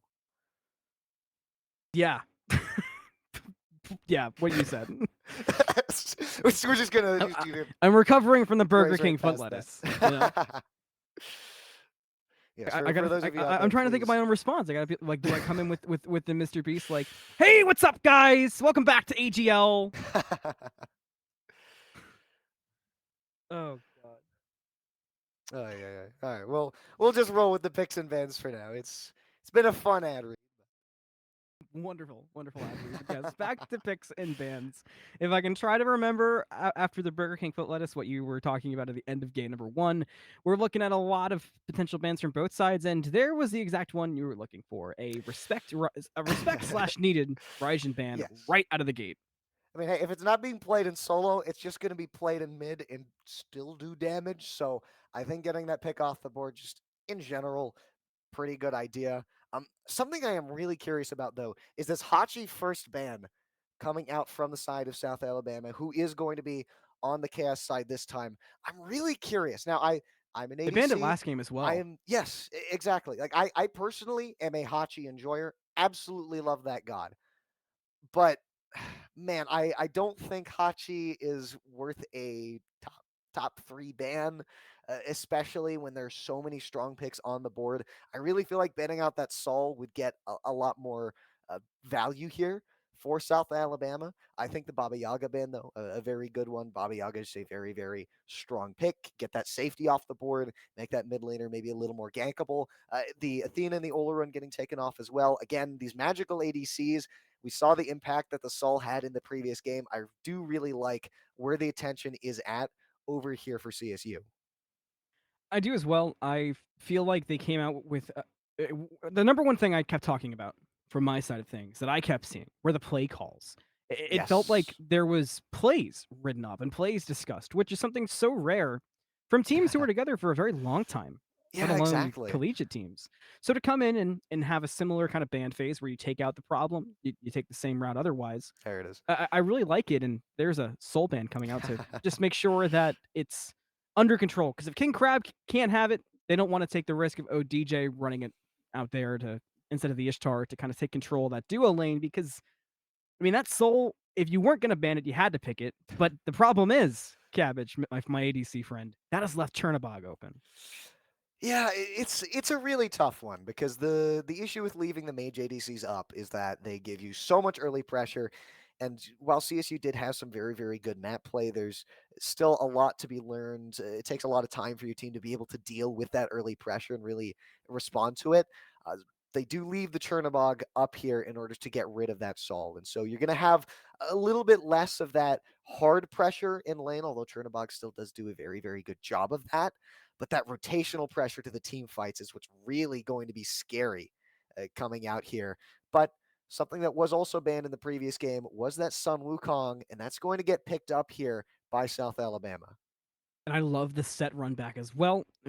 I especially was harping on it a lot in game one, and I think for good reason early on. But credit where credit's due, and I said that a few times as well. GeForce had an insane late game and end game because that last play alongside Zord, they were able to take control of the game with Jetson. I mean, everything clicked in that last fight, but Set got the credit and a lot of the damage from it. So I love the run back. You have some confidence now. You kind of know what you need to bring to the table on it. I really like that for GeForce. And on the other side of things, I like this Chernobog a lot because one thing that came to mind from watching ODJ was that the plays weren't bad. It just felt like there was no safety in that Ishtar. And one thing Chernobog does offer, even if, with it being a slightly clunky safety given how it works, between your ultimate as well as your dash, being able to get into a wall, buy out that time, be safe with things. There is so much safety in that kit compared to Ishtar, who's, as we saw, your safety leaves room for oopsie poopsies. I love this Chernobog being brought out. Yeah, Chernobog just a very, very strong pick in pretty much every scenario here. I also like this pickup of the Ganesh. Not going to offer a ton of pressure, so little different from last time, but still very, very strong god. That ultimate very, very useful. And Brownstain is going to be running back this Shiva. I like it. Hot take. I like it. I'm sitting here. I'm looking at the stats from last game. I always take my screenshot. I always look back over, Of and we course. didn't talk about it a lot, but I feel like the Shiva did not have a bad showing for all the flack we gave it in that picks and bans. Yeah, I mean, getting to run it back, hopefully, then, if you are on the side of CSU here, this Shiva is able to really do the same thing it was last game. Because CSU, for the majority of that game, they had the lead. They were running the game. It's just they weren't really able to get ahead in duo, and they ended up losing out on a couple key Phoenix fights, and the defense was there. And full disclosure, I was talking about how I really didn't like the defense of the comp that Alabama had, but Well, it somehow made they sense managed because to get it done. it was aggressive characters. Yeah, You don't Set is not they have somebody you one think of with tank. defense because Set's whole thing is pressing W. Yeah. One thing I do like coming out though, and because I feel like the play style of King Crab we saw, what a Freya brings to the table here after seeing what a Soul did, it kind of frightens me for CSU. Yeah, so this one is a late game pick, and that should really make CSU scared here because now you have someone who had that level of a performance over in the duo lane playing something that is going to scale a bit better as time goes on. And I do find it funny how you ban out two of the mage ADCs. One of them's still left open. You're going to pick up that Frey. Although I'm realizing that Saul was actually a self ban there. But either way, not wanting the enemy team to get their hands on it, I think, is a very fine thing to do. Agni and Poseidon getting taken off the board. I guess not wanting Murloc to have the run back on that Poseidon, and then Thor and Ares. I think Ares just not a god you want to run into again. Aggression, able to really put pressure on over into that duo lane. But we talked about it last game. Pick that didn't get locked in is going to get locked in now. That Pele, that's a big deal. This is a crazy draft in terms of damage coming out from South Alabama. I mean, that's crazy damage. The amount of kill potential that they have from minute Ooh. 1 of this game until minute 50 is insane. That's gross. Anthony, that's a set and a Pele, right? Both of those can go in jungle. Both of those can go in mid. Yeah. Oh, your prediction. I've got you at that weird. I have 4 and 40, and I've got 4 and 41. I I'm, kind of got both on there. So I don't know. I feel like I kind of have to do it. I'm gonna say that I think before this the last pick comes is. in, at least give yourself a little bit of I'm help. I'm I'm gonna do it now. I think that it's gonna be Pele mid, set jungle. I think that we're going to see GeForce running on the Pele, I and I hope think it's a Sun Jetson's gonna Wukong be one of them jungle and on a the Pele set. solo. No, it's Kuz. It's Kuz. We're fine. We're fine. See, they lock in Kuz into support. We're fine. But honestly, yeah, looking at this double assassin, that is a heck of a lot of pressure. Just like the last game too. I'm just sitting here looking at the characters, hoping and hoping and hoping and hoping and praying that there's just gonna be something that makes your predictions wrong. I'm the villain for you right now, and I'm sorry, but it's just fun. It's loads of fun. Maybe they Yeah. switch roles. Maybe Zord takes Sun Wukong to the jungle. Maybe Jetson goes mid with Pele. Well, no, because that would make you right. We need Jetson to go solo with Pele, right? Or no, Set needs to go solo. Pele needs to go No, no, no. I said carry. set mid Pele jungle. Okay. So we need Yeah. those to So flip. We need the Wukong to go somewhere weird. sorry, no, There's I said set potential. jungle Pele mid. I don't know what I'm. Brain no worky. No, we're Kuzenbo fine. jungle. I think Anthony. I don't think there's any need to sugarcoat it. I think I'm just wrong here. Oh well, we take those. Either way, the comp here for I'm having too much Alabama fun with you. is the comp here for Alabama. I think is solid. It definitely has legs. I like these gods overall. I think honestly they kind of get away with murder here. You have Wukong, Set, Pele, Freya, and Kuz. Kuz maybe not really worth a ban as much as the other four, but still it's very surprising these all get let through. And looking at the draft on the other side, I guess we haven't really talked about it due to the predictions that I have been so erroneously making, but the rat being locked in the jungle, and then the Tiamat in the mid lane. Tiamat we haven't seen a whole lot of recently. Always an okay pick to be able to go, especially if you are comfortable on that pick. But the rat is really where I want to turn more of my attention. Going to be filling a similar role to the Thor. Shadow Murloc, I think definitely going to be a lot more active early on and throughout the rest of this game on this Ratatosker, very different in kind from that Poseidon, a bit more of a traditional jungler. So I'm interested to see where he takes this.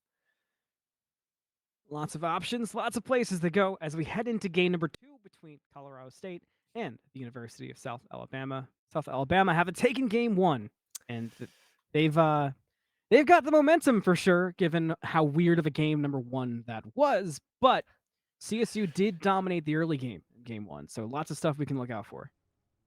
Definitely a lot of stuff to look out for. I think builds fairly standard overall. Nothing really screaming out to me as atypical, and I think we can mention though Shiva is going to be building into defense first instead of that Soul Eater, so possibly look to see some aggression by Shadow Murloc, take advantage of that squishiness that's going to be affecting this Wukong early on. Which would make sense. We saw that right away in the previous game. We saw Shadow Murloc putting a lot of attention on that soul lane, understandably so. But I always like to point this out, especially when there's a Freya. You can learn a lot about the way the game is going to go.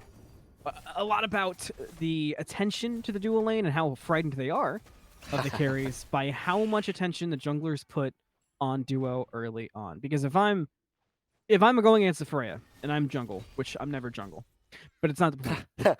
If I'm jungle and I'm going against the Freya, my number one priority out the gate is keep that Freya from becoming a problem.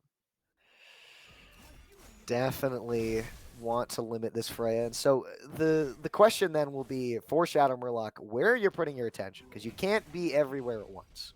Right now, this rat having that ultimate, the World Tree, going to be very, very helpful in at least trying to be everywhere at once. You can be a little more everywhere at once than most other gods can, but it's going to be trying to get the rotates that you need. I think with the help of ODJ though, Anthony, there is something to be said for the ability here of Colorado State Rams to show up to all of these fights.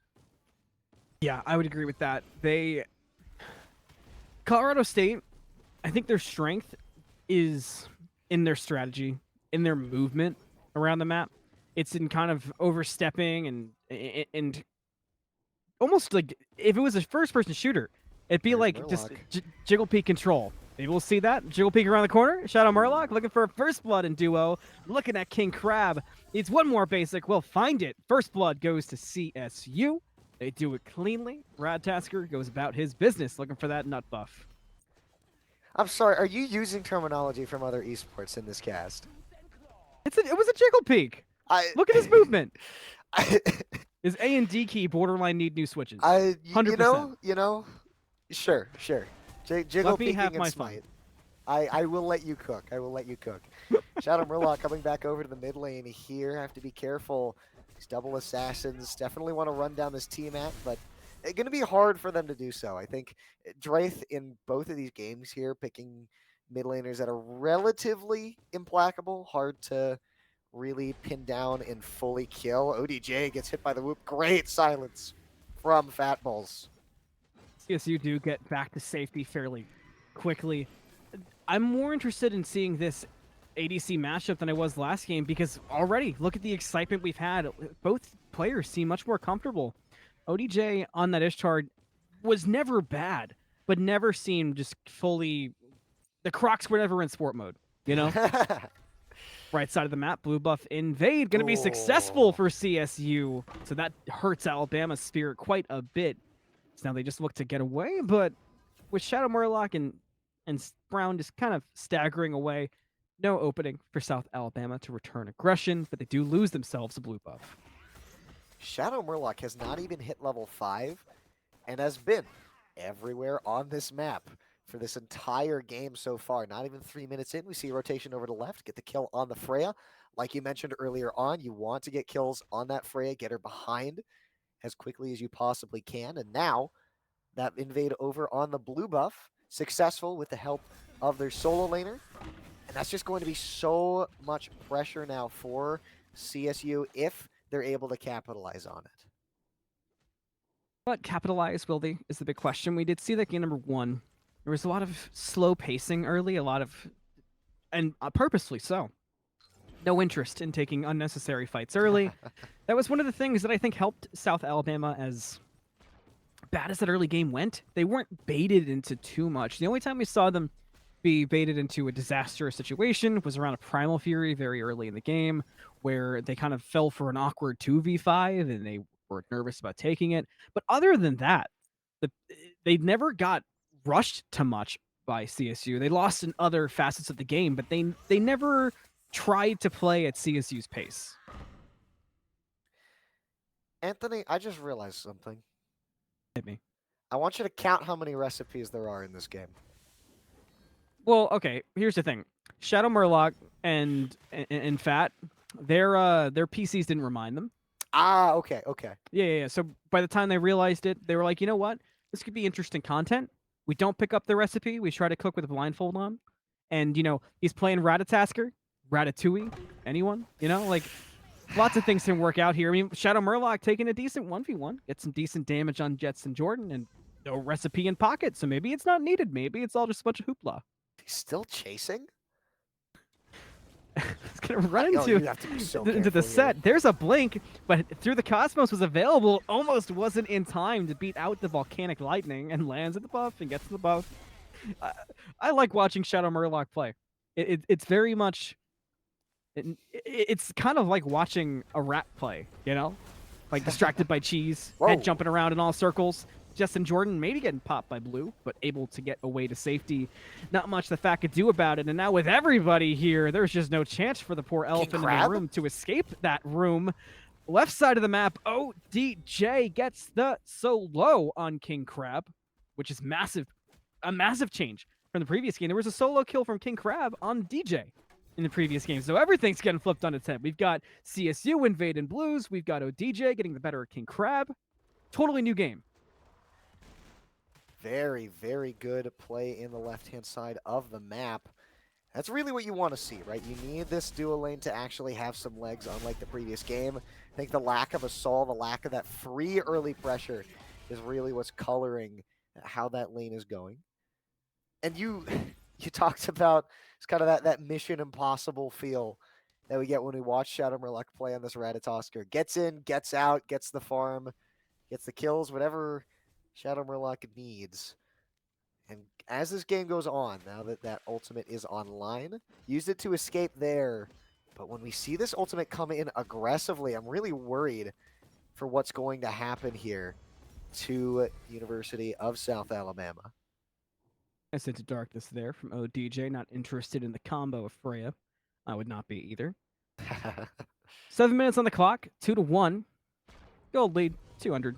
Not significant. Not worrisome. But ODJ stepping back into the fight with Freya. And into darkness might not be enough this time, because there's a Valkyrie's Discretion just waiting for you. That's a return solo kill. It's evened up. Round 3 fight between the two boxers in the duo lane. And this one gets the better of ODJ, going to King Crab. So he kind of just stood there and took the autos. I don't know how much else there is to break down there. It's tech, surely. He forgot he forgot it wasn't dual. Forgot he didn't have thorns. True. He's ulting back to lane though. Looks like he might want to get aggressive here. King Crab doesn't have ult. And very low on mana too, but the damage follow-up was really good from King Crab. That Pulse Irradiate, man. You just you can't do anything about it at times. I know DJ learning the worst of that now. Just with that Devos online, just 25 stacks, there just isn't enough damage coming out from that Cherno to stand toe-to-toe with a one-item Freya, because one-item Freya. Is that another blue buff invade? So much aggression on it this game from CSU, returning the favor for the previous game, but this time they're not getting the better of it thanks to Volcanic Lightning from Jetson. Jordan might be a fall of Brown 2. It's a double kill for Jetson and makes it look so easy thanks to Volcanic Lightning. We talked about Freya things. That was Pele things. That's going to turn into a blue buff invade for South Alabama as well. Great rotation there from South Alabama. They know that the target of CSU is the blue buff. They come in force to put a stop to it, end up grabbing 2 kills in the interim. And hey, 2 kills specifically onto the jungle and the solo. I think the kill on the Shadow Murloc being the most important, and you get a blue buff invade of your own. I do want to point out, Anthony, somehow there's around a 1.5 level lead for T-Mat in the mid lane here. I guess because everything's been happening everywhere else, and Team-Op was like, all right, I mean, that's cool, but I'm going to do my best Baby Driver impression and put my earbuds in and just farm up, you know? Oh, great movie. No reason to be the getaway driver if there's no crimes being committed.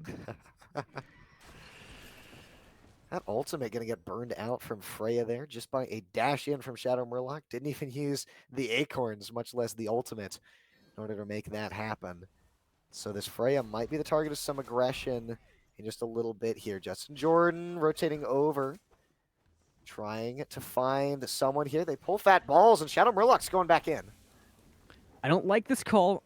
If it's just to get fat away, that works. It looks like it's the case, but with so many lurking from South Alabama, Draith might be forced into action. Dark Pillars used as well, but both have escaped it so far. A Watery Grave for good measure. And South Alabama gets away from chaos over at the Oracles, but with 10 minutes around the corner, this has freed up a lot of space and a lot of options. Lots of room for activities for CSU. Shadow? He's here. Ooh, that dash could not have come any sooner, but there's still a set lurking through the Cosmos. Going to be forced to really die first. No, but barely. And now South Alabama have themselves with the room for the activities. They're going to build the bunk bed right on top of the Gold Fury. No contest whatsoever. That's a free gold for South Alabama.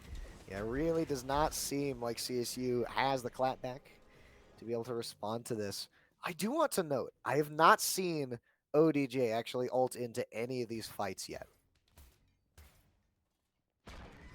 My only guess could be not wanting to let this Freya get any free farm. If Freya's going to farm, it has to be contest. If you get out of lane, you have to get right back. It seems like ODJ isn't getting too much alleviated pressure. I mean, there's been a lot of fights towards duo, but no fights in duo lately, if that makes sense. And ODJ does not want to be responsible for a monster Freya running around the map. So maybe DJ kind of feels shackled to this duo lane. And if I'm CSU, I got to do something to make that not the case. Because the ultimate from ODJ, that presence from ODJ is way too valuable not to utilize more. 100% agree. Look at this. Jetson over on the right-hand side of the map. The junglers have been really, really active this entire game. Going to be able to get out thanks to the knockup, but blue buff is going to be secured. Notably, recipes have not been picked up by Shadow Murloc or Fat Balls. I think maybe just allergic to whatever's in the food here.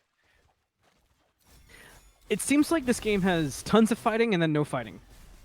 Tons of fighting, then no fighting. Constantly. It's like a weird rotation. 20 seconds now until Stygian, maybe? Maybe that's the time. Maybe that's the go button. I'd be interested to see. I expect CSU to have a strong presence and take the fight, but I'd be worried about the Pele and the set combo because it's been showing to do some serious damage. So far, gold lead is basically even, effectively even. Experience is also effectively even. Just a couple people in their individual roles ahead. G-Force goes in. And G-Force gets popped by Shadow Murloc. There's the Dark Pillars, too, to create some separation. There goes ODJ with the perfect rotation over. The damage is so good, but they're not in the ring yet. They're going to wait on through the Cosmos. It cuts off Jetson Jordan at the head of things. But now Fat's in trouble, and the Elephant's left alone. They have to reset, get Ganesh out, so they've done tons of damage. Can anybody clean it up? ODJ can clean up one. That's all they're going to get so far. Shadow Murloc is lurking at that back line. Stygian Beacon will go to CSU. Can they get more? Blink for Blink. Shadow's going to find Jetson now for the escape. No through the Cosmos Uh-oh. this time. It's got to be a natural escape, and I don't think Shadow has the ability to do it. Zord's going to get one sort of complimentary kill from Shadow Murloc in that trade, but Stygian Beacon going to CSU does tip the scales back. Definitely very good fight back there from CSU. They have an excellent fight around the beacon. South Alabama just grouped up a little bit too much. Ended up getting quadruple rooted by ODJ. Rat comes in, gets behind them. ODJ needs to be careful. Freya's on his back. Burns the beads. Maybe the stun? Nah, it's just Freya. It's all right, ODJ. Any ADC player's been there. Just Freya things. Just chalk it up to that. Keep your farm up. From CSU, maybe it's time to pay attention to that Freya. We've been hinting at it. You're running out of time to do it before Freya can take the 2v1. If you're going to do it, you got to do it. It seems odd to me that there's been so much fighting, but the Freya's just kind of been on an island, just getting to do their own thing. Letting Freya on an island is a tactical choice that one can make in the video game of Smite. But in all seriousness, I think Shadow Murloc, while he has been active, really needs to start getting on top of this Freya. But I mean, every time he tries to make his way over to the Freya, the rest of the members of South Alabama are there. It seems that they know that this Freya is where they need to be putting their attention and where they need to be putting their resources. Saying as this Freya is currently level 14. Other members of South Alabama have suffered a little bit for it, but this Freya, we already saw, is starting to swing. This Freya is going to be a problem. We definitely hit on that, and understandably so. But what's crazy is the Freya is going to be a problem, and you still have got Jetson and GeForce doing their thing. And if Zord could play Raijin the way we saw, I would expect this frontline pressure coming out from SWK to be just too much to deal with. And I don't like the odds of team fights for CSU. And with a lot of posturing by the Sony Fury, this will be the fight that gives us an idea of what to expect going forward. So lots of things to take notes on. Get out the handy dandy notebooks type of thing. Certainly, it's if there's a note taking portion of the lesson, it's this one. If they fight, but Alabama's not going to take it unless they've got the perfect opportunity. Maybe that's it. They get a pull in, but an instant go away. They get a 2-man stun, something, anything. No interest so far. They're taking poke from it, though. They're delaying a bit too long. Dark Pillars comes out. Now South Alabama's in a position where they kind of have to retreat. Zord's already up in the Somersault Cloud. Shadow Murloc's on a big flank with Through the Cosmos coming through. But will that be too late? Because now the damage is shifting in favor of South Alabama. The land's going to find 2. He could find damage off it, but gets pulled back in a knockup and can't quite get it. But now he's in the back line and stuck. Drake's going to find 1. ODJ finds the other. Somehow CSU makes it work. It might not have been normal. It might have been a bit awkward. But regardless, they find 3, and they can push the other 2 out. Let's keep going. Why not, ODJ? I respect it. Push them all the way back. Why don't you make that Oni Fury free? CSU get the better of the fight, but maybe they stay too long. I really don't know. I think they stay a little long, not able to kill anyone off the back end. What I'm really surprised by is just how long Shadow Murloc waits on that flank. It was sitting there for basically the entire fight over kind of in that mid T2 area, an area which, if you'll notice, South Alabama had entirely warded. So Shadow Murloc was sitting there. The rest of the members of South Alabama knew that Shadow Murloc wasn't getting involved in the fight, and yet CSU somehow wins it 4v5. Murloc comes in, helps clean up the kills. Murloc was just able to kind of pitch a tent on that flank. and like, I don't even think they used comms for Murloc. I think one of them started sending out like a flashlight through their window, and Shadow Murloc's like, oh yeah, I see it, I'm going. There was so much time that they were allowed to hang out in the background and just wait. And that was the pivotal turning point, because South Alabama was starting to turn that fight. They were starting to get the damage online, but the Ratatasker, even though it got stopped on the landing, just the disruption it caused, it was way too much. Way too much disruption, unfortunately. Looking at the state of the game right now, though. 3K lead for CSU. Really not how this game started, too. It's you can see in the goal difference, it started relatively even, was in Alabama's favor for just a little bit there. But as of late, these last couple of fights, last couple of objectives have really started to turn things around for CSU. And it looks like the next thing they want to add to this list is this beacon, but a whoop on a Draith. That's a good start for South Alabama, and they know it. They're going to get aggressive, but they're getting aggressive on the Ganesh, and there's a Chernabog right around the corner, not to mention a Ratatasker that's going to find Jetson Jordan right away. Now South Alabama's in a really awkward spot of being a member down, and that member's been important. So they got to try to turn things around and get creative. Can you improv enough for this fight? So far, no good. Shadow Murloc is just allowed to do anything. He's going to take down King Crab and look for more. It's going to be G-Force falling to ODJ. And CSU get themselves a Stygian Beacon. CSU, this engine starting to rev and roar. They're starting to win fight after fight, take objective after objective. This is reminiscent of what we saw the first game, but this time it looks like they're being able to close things out. Looks like the Oni Fury is going to be the next target. Some farm also left up elsewhere on the map. University of South Alabama nowhere to be seen. They will not contest this objective. And I want to turn your attention, Anthony, over to the levels. I see a 4-level lead in the jungle here for Shadow Murloc. This Ratatosker is decently big, but more importantly, this Pele is very, very small. I feel like that's kind of where we were last game, but a different feel, right? Because the Thor was so behind the entire game, but there wasn't kills. There wasn't a presence to be respected from the Thor. It's there for the Pele, but the farm is still leaving so much to be desired that for me, if I'm South Alabama, I really start to ask the question of why that is. Is there some place on the map where we're not communicating the farm rotations well enough?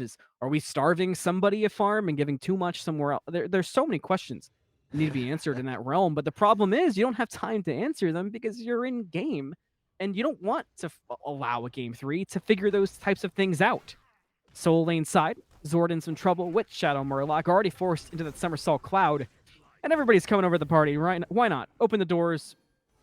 BYOG. Whose God will make the difference? Jetson Jordan looked for a play onto Brown. Could not find one. Has to step the other way, but runs into Draith, who is waiting. But can't go for the chase. Maybe through the Cosmos will be enough. It's a quick lunge. It's a perfect catch. Can you find the cleanup? The spin to win. Bit off the mark. And Jetson's at a dodge. Maybe ODJ will be the difference, but he's going to get to the back line only to find G-Force, not Jetson Jordan. Couldn't find either one. Can CSU clean things up, or will Zord be enough in the back line? Valkyrie's discretion won't stop a double kill from Shadow Murloc. CSU still under the tower. They start to split awkwardly. Maybe this is an opening for South Alabama. Maybe this is what they needed this whole time. Shadow Murloc looks for King Crab, can't quite find it, gets knocked up by the bull, but is able to escape. CSU have a chance to reset the fight, and they're going to take it. Fighting done, no more interest. Didn't go perfect.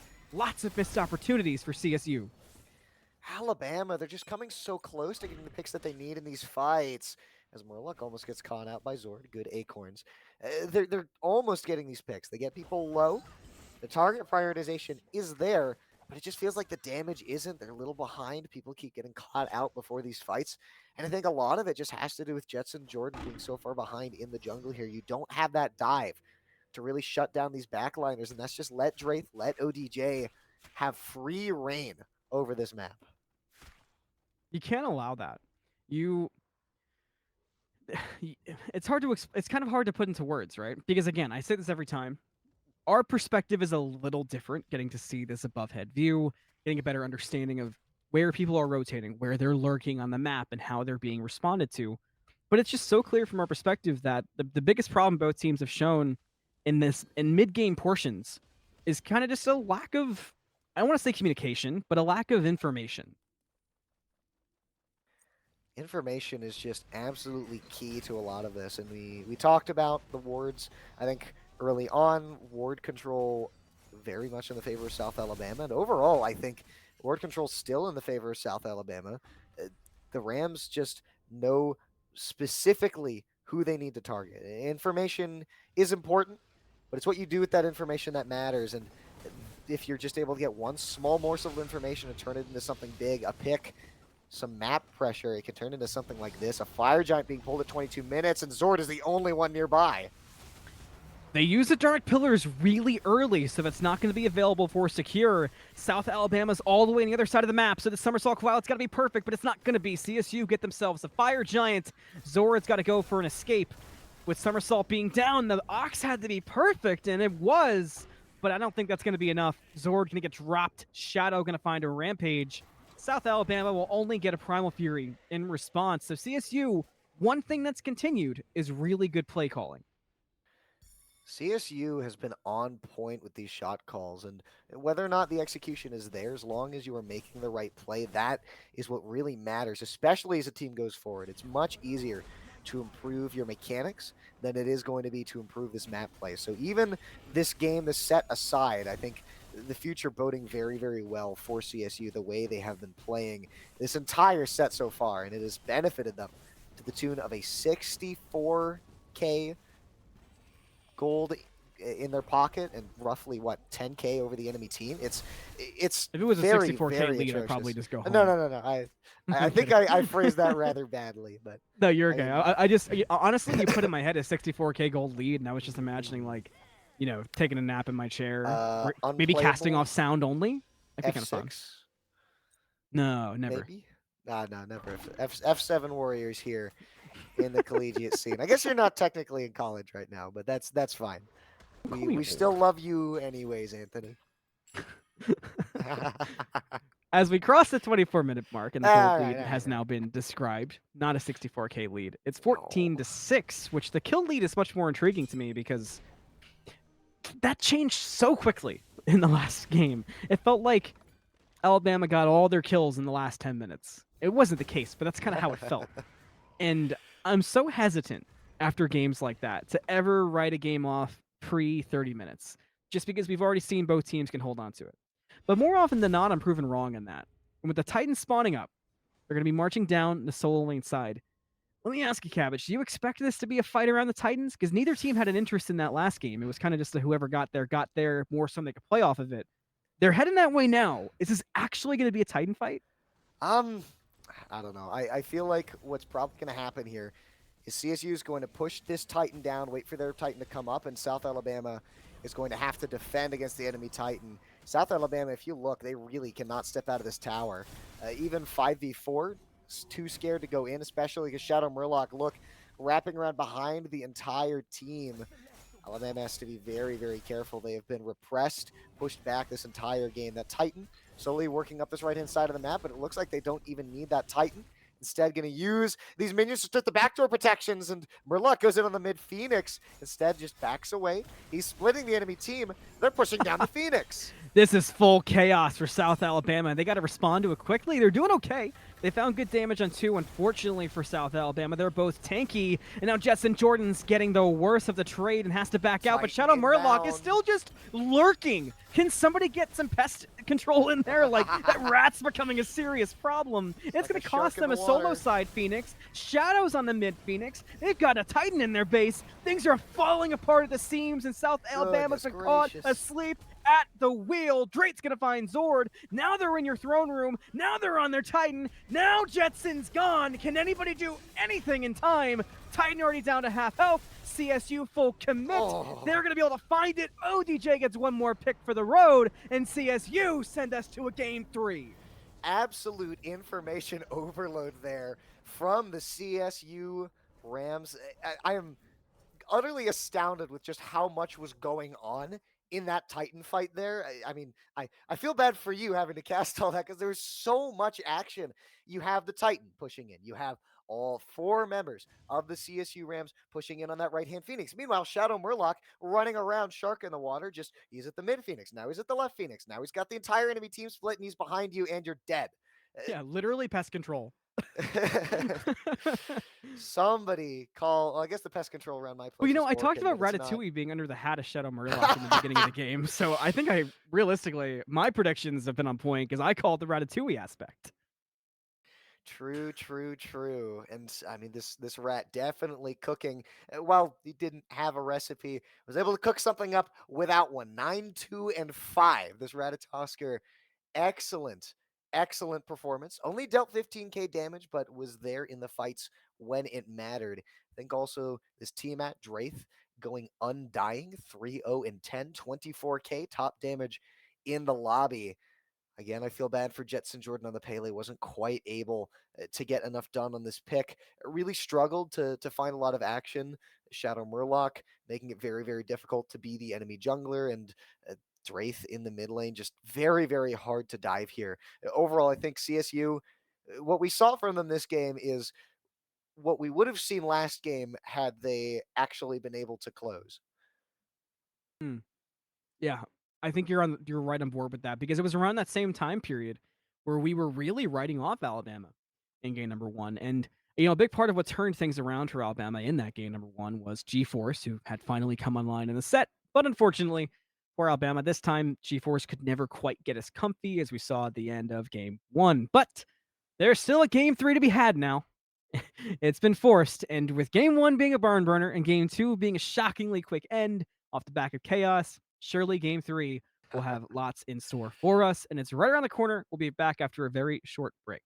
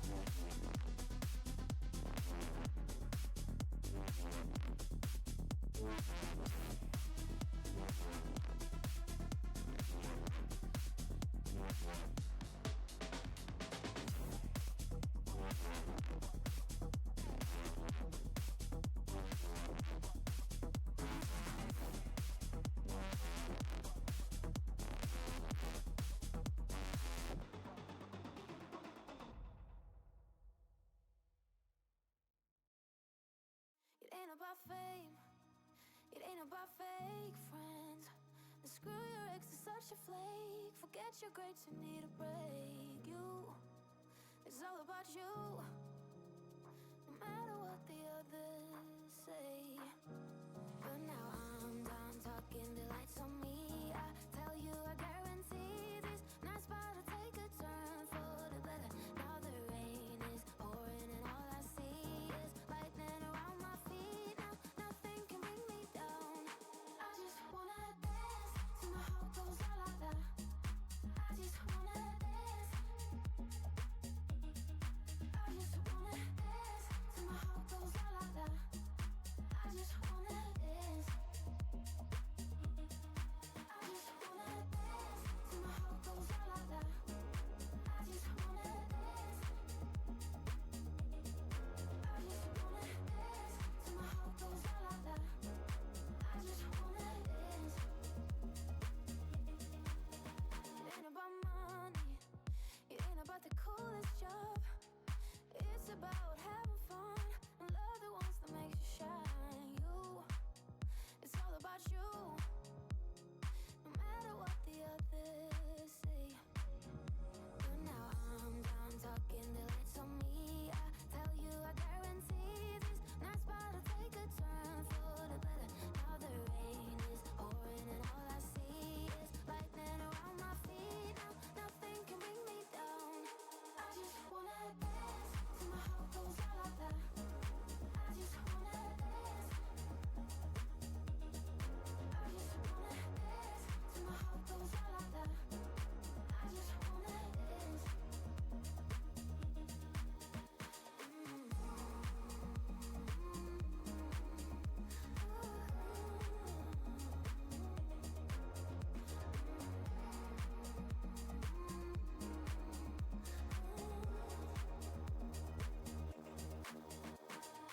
I'm done talking, the lights on me. I tell you, I guarantee this night's about to take a turn for the better. Now the rain is pouring and all I see is lightning around my feet. Now nothing can bring me down.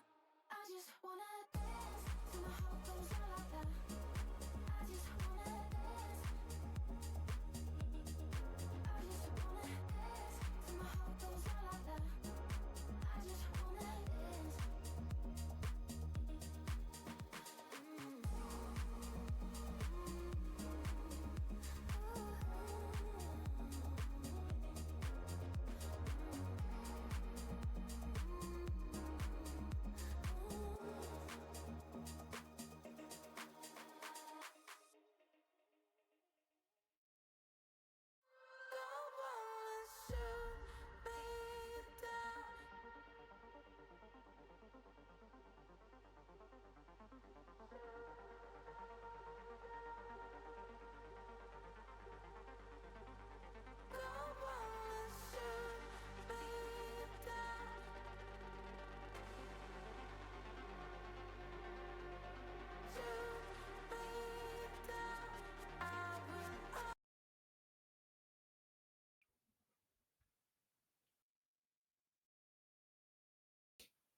It's Monday night. It's AGL. We've got a game 3 on tap between Colorado State Rams and the University of South Alabama. Once again, I'm Anthony Malm, joined by Cabbage and Red. Rosie Panda has been taking us through production and doing it so well, pushing the buttons. Cabbage, game 2 was so much faster than game 1 that it borderline gave us whiplash. So with game 3 around the corner, we've got our bands in tow. We know what to expect. The Rygen's off the board. What can we look for? Where do we go from here? I mean, I'm expecting an absolute barn burner of a match. I think the bands overall, the only thing I would consider maybe switching up would be possibly putting some attention over to the Chernobog. Otherwise, I feel like that was really all of that just came down to play on field here. So uh, both these teams have really shown that they have what it takes. Alabama made an amazing comeback game one. CSU were able to absolutely run it down over in that game two, which does give me some thoughts here because I'm realizing then that because it seems for games one and two, CSU have been ahead for most of the time. Alabama was able to make a clutch comeback in that first game.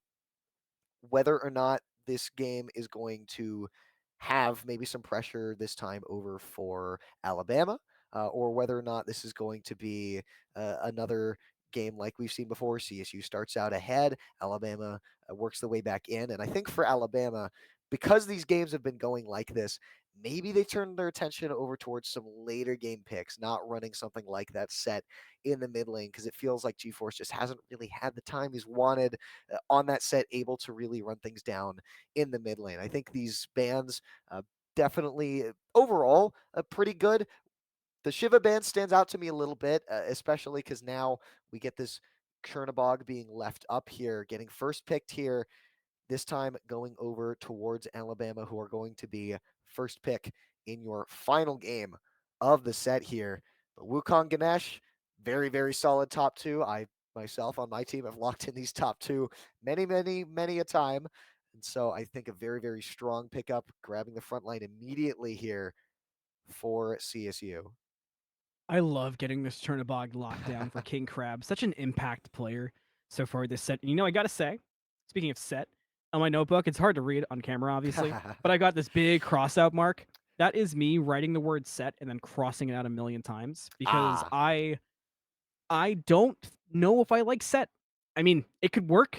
It's worked late game, but my fear is now that CSU's comfortable and they kind of know what to accept or what to expect, excuse me, coming out of Alabama, I wouldn't run that setback. I wouldn't run the risk of you getting cut off at that early game like we saw previous because they could take a lot of advantage of knowing, hey, as long as this set doesn't get to late game, we can kind of just run at them and they can't do anything. And if I'm GeForce, who showed mechanical skill in game one, there has got to be a pick in there that you can bring out that'll throw CSU off their game. And maybe it's even another late game pick, but just something that can help you coast through that early and middle game. definitely. And I think it should be noted that this Chernobog could end up being that pick in the mid lane. As of right now, we don't know I for would love sure that. what's going where, but Team At getting locked in on the other side. I mean, I don't blame CSU for locking this in. Draith had a very, very good game on it previously. Definitely seemed like a pick that Draith felt comfortable on. Right now, we're going to see a couple bands come through. And I really agree with you. I think a lot of my attention is what is being locked in here in the mid lane. So Soul is gone. The big thing still on the board is Freya. Because if a Freya can go to King Crab and you can give GeForce Chernabog in the mid lane, I mean, I wouldn't write the game off because CSU is really good, but it's now a completely different tone. It's an uphill battle from the get go. I want to see a Freya ban come out. I can't. I mean, there is a lot of stuff out there. You could argue things like Pele, but I don't know. For me, you got to get the Freya off the board here, and they're taking some time. So maybe okay. Well,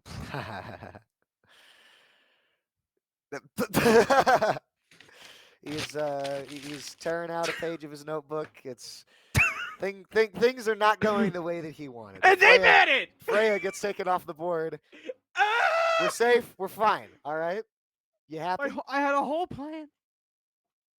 See, he should become the coach. That's hey guys, if you're watching this on CSU, this guy right, I guess he's to my other side now. This guy right here, he knows what he's talking about. Yeah, so pick him up as coach, please do. I'm But even unfolding it to write it again because I'm so mad over the paper. I want the paper to deal with more hate, you know? yeah, please hit him up for the screenshot. It's relevant information. You know, all my Either smack way. talk though, I love the on her. Oh, dude, same here. On her, Such a one good of my pickup. favorite gods in the game. Very strong pick and duo, and I think this is a pick where ODJ is saying that yes, Chernobog is going to outclear me. I don't care because he will be dead. I wrote on her pog. These Oh these are my like the notes I goodness. take in class. Let's see, Excuse, Carnunos Yanis. is that Kern Jungle? So Kern Jungle, Ratatasker Solo, Chernobog ADC, Giannis mid? Um, Or is that Giannis? No, it's not uh, Giannis Jungle. I'm gonna Or guess. is that a Cherno Okay, Jungle? before they trade, here's what we're doing. We're doing Yanis Jungle, Rat Solo, Kern Mid, Churn ADC. All right. Can you say that one more time? I got to add it to my Okay, crumpled okay, right, paper. yeah, write it down, all right? I'm writing. Yanis Jungle, Rat Solo, Kern Mid, they have Kern and Churn. This is confusing. Churn ADC. Got it. All right. Well, I hate Kern and Churn on the same team. Oh gosh, this is gonna be fun. Fun. But one pick left for both teams here, and we're looking at what I presume to be the jungle of the CSU Rams. And a lot of stuff still left on the board. I think Thor's made it all the way here. Pele's made it all the way here, but Kama is going to be what gets finally locked in here. Very safe pick, some good ranged pressure here. And as we see people trade things around, I am going to be incorrect. It looks like it's going to be Churn Solo, Yanis Mid, Rat Jungle, Kern ADC. I was not expecting the Churn Jungle. I feel like if I want my rotation ultimate, I want it on the role that is not rotating. But I mean, it has a root, it has good damage, and if you are rotating, you can still use that ultimate for rotations or just as a way to chase. Once you get someone's dash out, Churn can be very good at chasing in that regard. But man, I really don't know what to say here. Churn solo is. Uh, I'm very. I haven't talked in a while because quite frankly don't want to because my brain hurts because I'm wrapping around all the mini things. Because you're yes. right, Chernobog could have a decent landing phase against Sun Wukong. It's all about spacing, and it's kind of about the timing because you've got to be able to keep the spacing out from the cudgel because the damage you're going to take from that, especially in the first few waves of minions, are going to be really tough to deal with. But on the duo side, Kerninos, and this is subjective. I've said this before. I've caught flack. I've said this other times and been supported. Kerninos and On Her is a matchup where On Her, in my opinion, tends to get the better. There's a world where it works out the other way, but I feel like if you have two players of even skill and On Her can kind of work around a Kern smoothly, if you can work your pillar and your Desert Fury the right way around, you can keep the Kern in a place where you can control the boxing and the damage. So if all those things come align, then I find myself still conflicted and still kind of hate loving South Alabama. So I guess my end point of my thesis here for the college games is I'm gonna hate watch this game. Okay. All right. All right. I'm gonna hate cast it. I appreciate these jokes that are coming It through. was honesty. It was you wrote down notes, like you've done the research. You will eventually, I assume, write a I have. paper Do you want to on hear how this many cast students this week. CSU has? They have 33,000. That is a lot of people. 28,000 at Alabama, just to kind of clean that up. Ay, ay, ay. All CSU is a much older many, school, though. eh, that many people, and you can barely find enough to run a Smite team. Ay, ay, ay. Well, seems like we are ready to hop into game here. Game 3 between University of South Alabama and the Colorado State Rams. It has been an absolute treat of a set. I am Cabbage, joined on the cast by Anthony with the lovely Rosie Panda on production. And Anthony, we are here for one last game of the set. I'm excited to see who takes it home. Lots of options, Cabbage. We've gone through that, and I joked about the age There of are the only two universities, options. but What do you they, mean? they, they almost fit in. It kind of fits into their play style. CSU, it's a school that's been around since the late 1800s, while South Alabama, newer school, bit fresher on the block since it's the 1960s.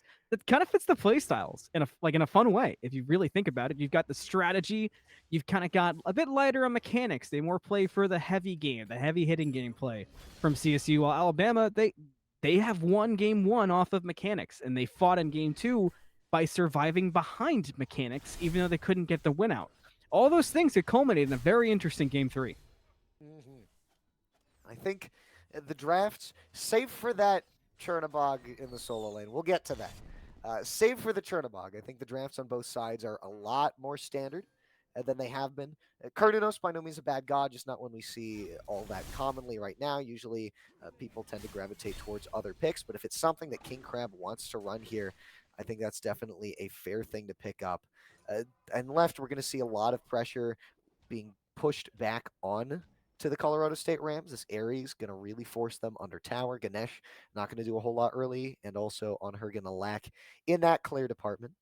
But over in the solo lane, this Chernobog into the Sun Wukong. I feel like if Sun Wukong gets on top of you, in fact, I will speak from experience. If Sun Wukong gets on top of you, you're not living. You are Yeah. dead. That is it. That is game. GG next. Right? Might as well F6. G-Force getting G- caught out though in the mid lane. in a lot of trouble. Portal going to be no good in Oh. this scenario. Dre's going to find an easy first Oh, he blood for got it up too. He CSU. couldn't make it in. Must have been a body block, or maybe he just, because he was spinning the way he was, maybe he just didn't go in the right spot. And that little bit of movement and that was needed to get into the Careful. portal was going to come too late. Now back to Duo side at the shield buff. Some contest, but an I awkward got commit it. to a fight. CSU don't seem to have a big interest, and South Alabama will walk away. They'll concede that shield buff after an attempt. It'll go the way of Onher's belt, which will mean in the next wave or two, I'd expect the Onher to go jumping in, because we talked about Freya things, that's Onher things. I expect that the moment we see this Kern use that Bramble Blast, we're going to see that leap come through. Some aggression put onto this Kern. But you have to be careful. Ares is no slouch in the damage department. You really can't let him sit on top of you if you jump in. And you're committing your escape by going aggressive here. Ganesh not going to be able to do a whole lot to help you. But I think you're right. Once we leave, this on her likely going to be able to find some sort of pressure in the lane and find some ways to kind of weave around the kit of the Kern. Looking over at the right-hand side of the map, it seems that this Chernobog is going to have help with these blue buffs for the time being. And it's also, I think, curious that we are starting off in the build here just with that Leather Cowl Devos. Traditional ADC stuff here. Zord going to rely on the lifesteal as the way of sustaining through this lane. It's going to be important because that Onher is going to keep boxing. So that dual lane going to be an exciting one, but the solo lane one, not one to forget about. And something that has kind of popped in my mind while you've been talking, while you're taking us through what to expect early, is Zord came so alive on that Raijin. Maybe the same thing can happen for Cherna, but you got to get to the late Good game dash. into Darkness used early. Now prepared. We'll get up into the Living Nightmare in time. Instantly returns back. CSU will not be able to chase some good play from Zord when it was needed most. Back on the left side, CSU forced under their tower, but will be safe for now. That should be a shield buff for South Alabama, but CSU is actually walking Ganesh that holds way up. for a contest. Dharmic Pillars Not quite. will get dropped, but not quite taken. CSU got aggressive with it, though, and I respect the play, and that will keep it off the belt of the Kernanos, which means another wave or two, we could have some interesting plays come out. Yeah, no ults here, crucially, for the dual lane of Alabama, but Fat Balls is getting low. Who needs ultimates when you've got this Ares damage? A great impale. Likely saves the life of the support. Especially with that Ratatasker lurking once again, but Kamazot's around looking for some prey, maybe doing that pest control we were looking for, but not quite so far. Kamazot's still lurking, and King Crab deep in lane. Kamazot's will cut off. There's the jump and the pillar. Slowing King Crab. It's good. Bat out of hell used. Might not be enough damage. It's not. That's a retreat through space and time used as well. So now there's an escape there, and Jetson will use that to rotate out. CSU will be no good on the gank. That was an amazing ohm there from Fat Balls. Sees the rat ult in, realizes that no stun is going to come through from Jetson Jordan. if he can't use any abilities. Oh, cabbage. Yes. You know, game 1, I jinxed us. I said it's gonna be a long game. Don't say. Please don't think. Just don't think anything. Just don't think. All right, I won't. Don't think. All right, You know brain what? off. I'll stop there. I'll stop there. Yeah, just I'll let imagine everybody assume, but I'll stop imagine you're playing Jingwei in duo. All right, just turn your brain off there. and observe. All right, that's all I need you to do. Because if this game goes another 48 minutes, I think I'm gonna probably starve to death. Haven't had dinner yet. Yeah, But I'm honestly, it enjoying flows into casting my this. joke. Like they call me ataraxia. You don't see my Jingwei till 48 minutes. It's a really old Smite joke. If anyone gets that, I'm sorry you've been around so long. He knows the lore. It's a canon event. 6 minutes on the clock. South Alabama still killless. CSU hanging on to 1. Nothing eventful, and gold department still under that 1,000 mark. CSU have held onto a pressure lead, though, and continuing so as the Kamazats and Ganesh are both lurking their way towards that right side of the map on the Chernobog. And Ares will follow up on the Ganesh. And Chernobog letting him know that they're there. You could have you could have let me know you were coming. I put out an RSVP 2 weeks ago. CSU had no interest in applying to the RSVP, which is going to lead to bad blood and solo, but Betson will be able to get away. I feel like you're reading too much into this, but sure. Maybe not. I mean, hey, you don't play 2 games like we've seen, and you don't get some bad blood between the 2 teams. In all seriousness, that's where That's bad a blood fair comes point. from in Smite. Especially this is Zord we're talking about. There's got to be some kind of bad blood here over in the solo lane. And I mean, look at that lead that's already developed over in the solo lane, right? You have a roughly 1 level lead for Brownstain here across the map, a 2K gold lead in the favor of CSU. Levels really starting to favor CSU in everywhere but duo. So it's going to be up to South Alabama to try and find some inroads, maybe find some picks. This Ares needs to get active with the ultimate. Rat needs to jump in, and ODJ needs to not get pressured out by this Kern. Nice job surviving, though, not allowing South Alabama to get on the board, and now ODJ stepping towards the shield buff. Will go for the Impale, won't find it. So now we got our favorite thing for ADCs to do, a shield buff dance, which Kurnanos will get the better of on her. Choose the wave. This is really not what I expected to happen. It feels like ODJ just hasn't been able to, I mean, like you said earlier, weave around the kit of this Kern. That could cause problems as this game goes on. Some aggression over in mid. I don't think anything really going to come of it. And I think this game, a lot slower paced than we've seen previously. Both teams seem really content to farm, and I think that's the right decision for Alabama, considering how fast CSU has managed to balloon these leads. For CSU, I'm a little surprised, considering they have an on her, but they also have a Kema, they also have a Tia, they also have this Sun Wukong. I think their comp definitely benefits from that. It's just tough because you have these purple invade coming through. Shadow Murloc just kind of waiting in this left-hand jungle. South Alabama trying to come here and force to respond, and it looks like they will be able to repel them from that purple buff. I was going to point out that Shadow Murloc didn't grab a recipe, finally grabbed one, but hold that thought. Fat Balls is getting dove by 3. And there's a no escape committed to the Ganesh as well, and a portal is waiting. What? A bit of an awkward turn for Spectator, but regardless, it ends in a Ganesh death, and Jetson's going to get the credit for it. But CSU is trying to turn things around. They're going to start with a Bat out of Hell to find some really good damage, but it didn't find the kill. Betson splits the difference, and a rotation from King Crab comes out. That forces away Shadow Murloc. A nice Impale almost finds Jetson, but not quite, and a Blink just to ensure the safety. CSU will back up, having made it a 1-1 game. South Alabama will take that. King Crab with a really great rotation there. Pops the ult through, stops the aggression from Shadow Murloc. Unfortunately, doesn't hit that Kama. But still, if you're able to repel people off from chasing down your backline, and then the autos go absolutely massive, presenting any further chase, it feels like King Crab in the first game, a bit in the second game, but even in this game, has really been a driving force behind a lot of what Southern Alabama is able to do in these games. Ooh. And look at this already, just almost soloing out ODJ on a god that is pretty much designed to solo people. And then again, Kern does have a lot of potential for damage. A lot of it's come from his lead to get that golden use fairies done first as Very well. true. So ODJ Is he is going to just be giving up forced to tower? respect that for the time being, and it might cost a good fair bit of Murloc was tower here. damage if they so choose. And Brad Tasker hanging He's out giving by the whole gold, the thing up. rest of South Alabama hanging out in mid. Lots of options on the table, but 10 minutes in, still around the same gold differential, still 1-1.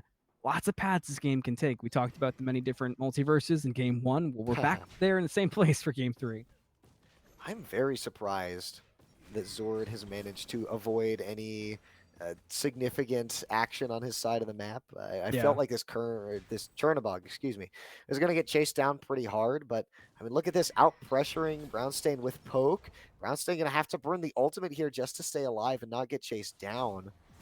On the left-hand side of the map, though, South Alabama is going to start pulling this Gold Fury, and they have Churn ults in the pocket.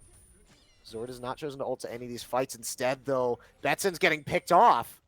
No escape already forced out, but a bat out of hell was lying in wait. That's going to be a pick for CSU to start things off on to Betson. Here comes Zord to try to change the ties for South Alabama, but was it too little, too late? Had to go on the wall instantly. Maybe not. King Crab going to find Shadow Murloc, and South Alabama step up looking for more. Jetson begins the escape route, but can't quite find it. Through the wall, ODJ cleans it up with Desert's Fury. Now the Elephant in trouble too. King Crab going to force a double kill out of it. So it ends up being a 3-3 game at the end of it, and nobody can do the gold because everybody's so low afterwards. But a teleport comes out from Brown. That's more than enough to keep South Alabama away from this gold. And with Stygian Beacon 20 seconds away, CSU have put themselves in a decent spot to set up for it. The semi-global of the Rat combined with that global ultimate of the Churn mean that rotations are going to be very, very easy for South Alabama. CSU, they catch out Betson Borden in the jungle there, but not able to get anyone else because of the great rotations from South Alabama.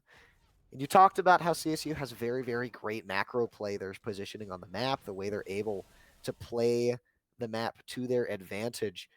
Well, when you have that semi-global, when you have that global, it really gives South Alabama the potential to keep up with that skill that CSU has. And we saw it able to come into fruition there, able to knock down this gold lead to only 600 roughly. And with 2 ADCs on your comp, plus this Ratatosker, if you're able to get alone with any of these objectives, I feel like they're going to go down very, very quickly, especially late game. Once we start looking at this Fire Giant, the one thing you have to be careful of is you're going to be lacking that really traditional front line, and Ares is not going to be a very safe pick.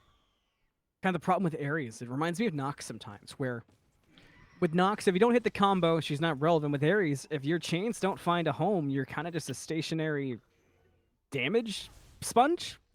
You use bolster defenses and you stand there and you tank for a while. And with the Ganesh being there, there's also potential for going Absolution and having a really good Ares counter on Dharmic Pillars. So the Ares could quickly become irrelevant. Same can be said for Shadow Murloc in this current situation, but thanks to Bat Out of Hell, he will be able to escape things. So we stay tied up, and you know, both games so far have not been good in the beginning for South Alabama. But this game, being where it's at, being so close, makes us have no idea what could come later. ODJ in some trouble on the left side. Cardinal's got aggressive. Ratatasker follows up. Going to be a 2v2 between the ADCs in the jungle, but a nice impale from ODJ keeps the Ratatasker away. Through the Cosmo is going to be used. He has an easy landing spot. That landing spot's name is ODJ, who's sent to the Grayscale. And South Alabama take their first kill lead. And Zord rotates over, likely wants to try and make an attempt at this objective, but Brownstein comes in, forces the beads. Excellent Tiger stun there. And this fight continues. Some poke thrown back and forth. Only 4 members up from CSU, but I don't think they can do this Gold Fury, Anthony.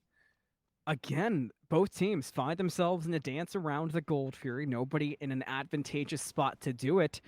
Betson, looking for a potential no escape, still has that up from the prior engagement, so could be utilized, and CSU have to respect it potentially being there. So they back away from the Gold Fury. It gets started up. It's down to half health. Draith and company nearby. Betson's in such a bad spot. He got stuck in the Dharmic Pillars. He'll fall, but South Alabama do get themselves a Primal Fury. Now they just have to escape, and they'll trade a support for an objective. Everybody in the world would take that trade because everybody is mean to supports. South Alabama find themselves with a gold lead. Yeah, South Alabama, again, they're able to rotate to these fights a little scuffed around the Gold Fury, but this is just what the double ADC gives you. It gives you that potential to burn these objectives and burn them fast. Now, CSU is going to take this Pyromancer unless someone can stop over and do something. GeForce does have the ultimate, likely winding it up here. We'll see if he's able to get the steal. The answer is, in fact, no. But I did want to look over at the builds here.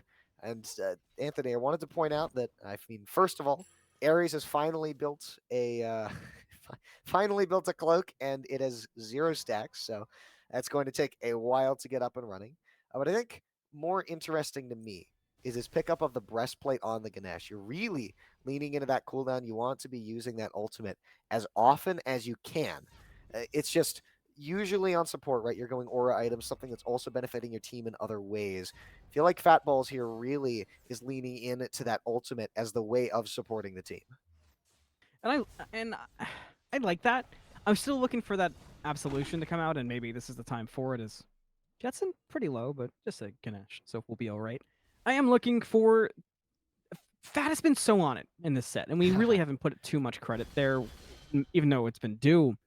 But the Dark Pillars are going to be such a point of respect that South Alabama have to always be ever present of where it's at, that you can't be in scenarios like this. Maybe the Sun Wukong gets you out of there, and now South Alabama actually do split the difference. King Crab here as well. A late rotation from the ADC in the jungle of CSU could turn into some trouble for South Alabama.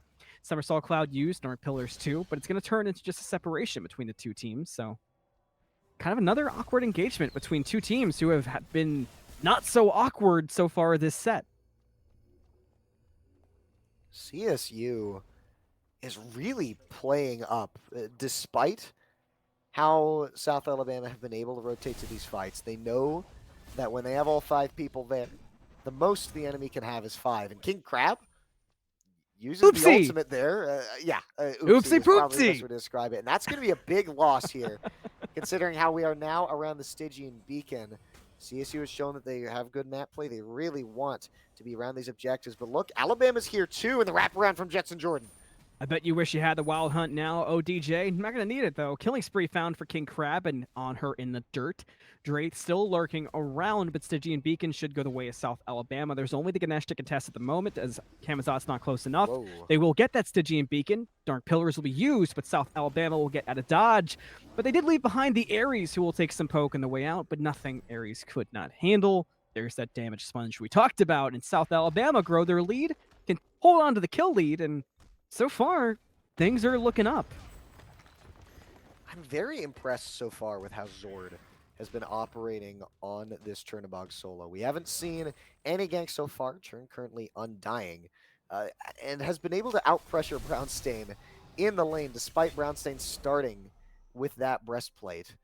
And Zord's been rotating to fights, helping clear objectives, doing good damage, hitting all the abilities, and staying safe. Now has a level lead, roughly half, 3/4 of a level over his lane opponent. So I think this Chernobog solo definitely putting in work. Again, the question is always going to come to late game here. Is that Chernobog solo going to be able to do enough damage to justify the lack of a second frontliner?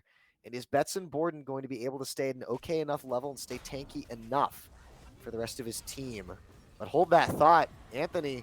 They got 2 ADCs. They're going to start this Gold Fury. The second one's on the way, but the members of CSU are coming in force as well. They're going to unleash it. That was enough to Ooga Booga South Alabama away from that Gold Fury, but keep your eye in the sky, because there's a Radtasker on the way. Gonna land not aggressively and just look to step away. Betson's low. That could be a point of consideration here for South Alabama. They have no interest in this fight. They just want to retreat, but CSU are just on the gas. It looks like they realized how deep they were chasing. They're going to turn around, put the focus back onto the Oni Fury. South Alabama not going to let that go for free. Oni Fury down to half health, and they're close by. Here comes Zord, looking to make a difference. Going to look for ODJ quickly. On her, poked out, has to get away. No escape going to be used. Going to find 2. Can he pull them back? He'll just fall back the elephant. That's enough for King Crab to find 1. Jetson Jordan's going to find ODJ in the back line. Bat out of hell was used, but that couldn't find a pick. And meanwhile, hello, somebody help out Brown. Can a bird get away? Bird form, good enough.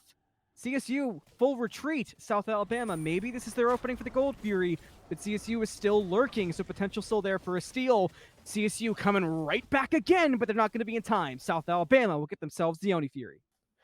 And again, low HP bars for South Alabama. No one atrociously low, but CSU just hasn't found a way to really finish off these kills in the team fight. In South Alabama, they've been playing well around this double ADC comp. They just stack up behind Betson Borden. Betson Borden, playing his life a bit more, understands that his job is to give prots to his team and tank the things that need to be tanked. Meanwhile, Jetson Jordan just been lining up the ultimates well enough to try and get into the backline, get some good flanks, really pressure out the backline.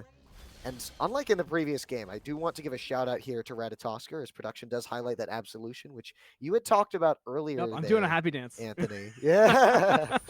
This Ratatosker Cool. 3-1 and 2, almost a fire steal.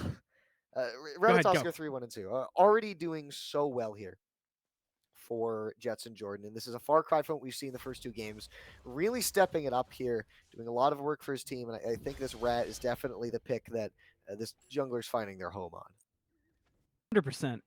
It's a completely different look for Jetson, and it's shown in how impactful it's been for South Alabama. And with that Absolution pickup, because it did get hovered, I really do want to state it's not just kind of a silly, like, oh, they actually did the thing.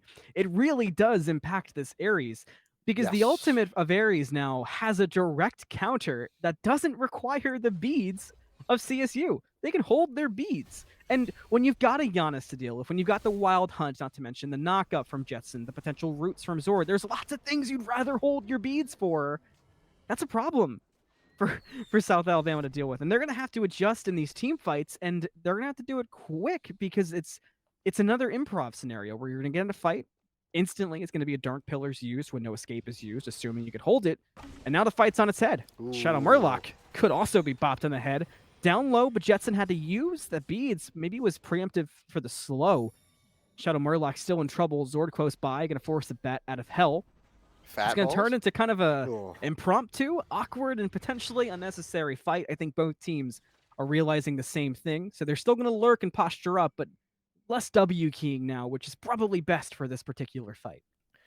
One of the issues I've heard with Absolution, right, is that the issue with it is it ties your ultimate to someone else's ultimate. So with Fatballs, right, you're always now having to make the decision, gosh, do I save my ultimate for that Ares ult till I need the cleanse, or do I just let it rip at the times I need it? A bit of a rough decision, but it's always good to have the option here. It looks like South Alabama is going to get this beacon relatively uncontested. Rat's going to hop into the ultimate, just end up backing away. A little curious about what the decision-making was there. Yeah, I mean, there was a Children of Creation doing damage to the Ratatasker from the Tiamat, but it wasn't doing that much damage. You know, it was nothing that you had to panic about yet. Big damage. I mean, hey, again, we see it from up here. You know, we don't have the perspective of down there, and True. maybe you see a couple hundred dropping, you still see something on top of you, you have no interest, you want to get out. But worth noting is ADC-wise, 3-level lead for King Crab currently over the On Her. Wow. That is kind of just snuck up on us. Yeah, it's 4-0-2 is this last one for King Crab. ODJ is 2-3-0 as Blue Buff gets secured here by Zord, despite the best efforts of CSU. But yeah, you're right. This difference in the experience in ADC is really starting to become a problem, because CSU is ahead in every place on the map except in that dual lane. It was like this in game 1. It was like this at least a little bit in game 2. So now that we are here in game 3, seeing that pattern continue definitely means that I think CSU are going to need to work on that. Good news on the Ares side of things. We are seeing some aura items get picked up. There is a Sovereignty in pocket. Building up further. Is anyone going? They should. Order No Titan gets the way. advantage if no one goes. Oh, this is so clever. They have like the this. Chernobog pushing the Titan on the left. He's still got an ADC over on the Fire Giant. this is a CSU play. Rotate over.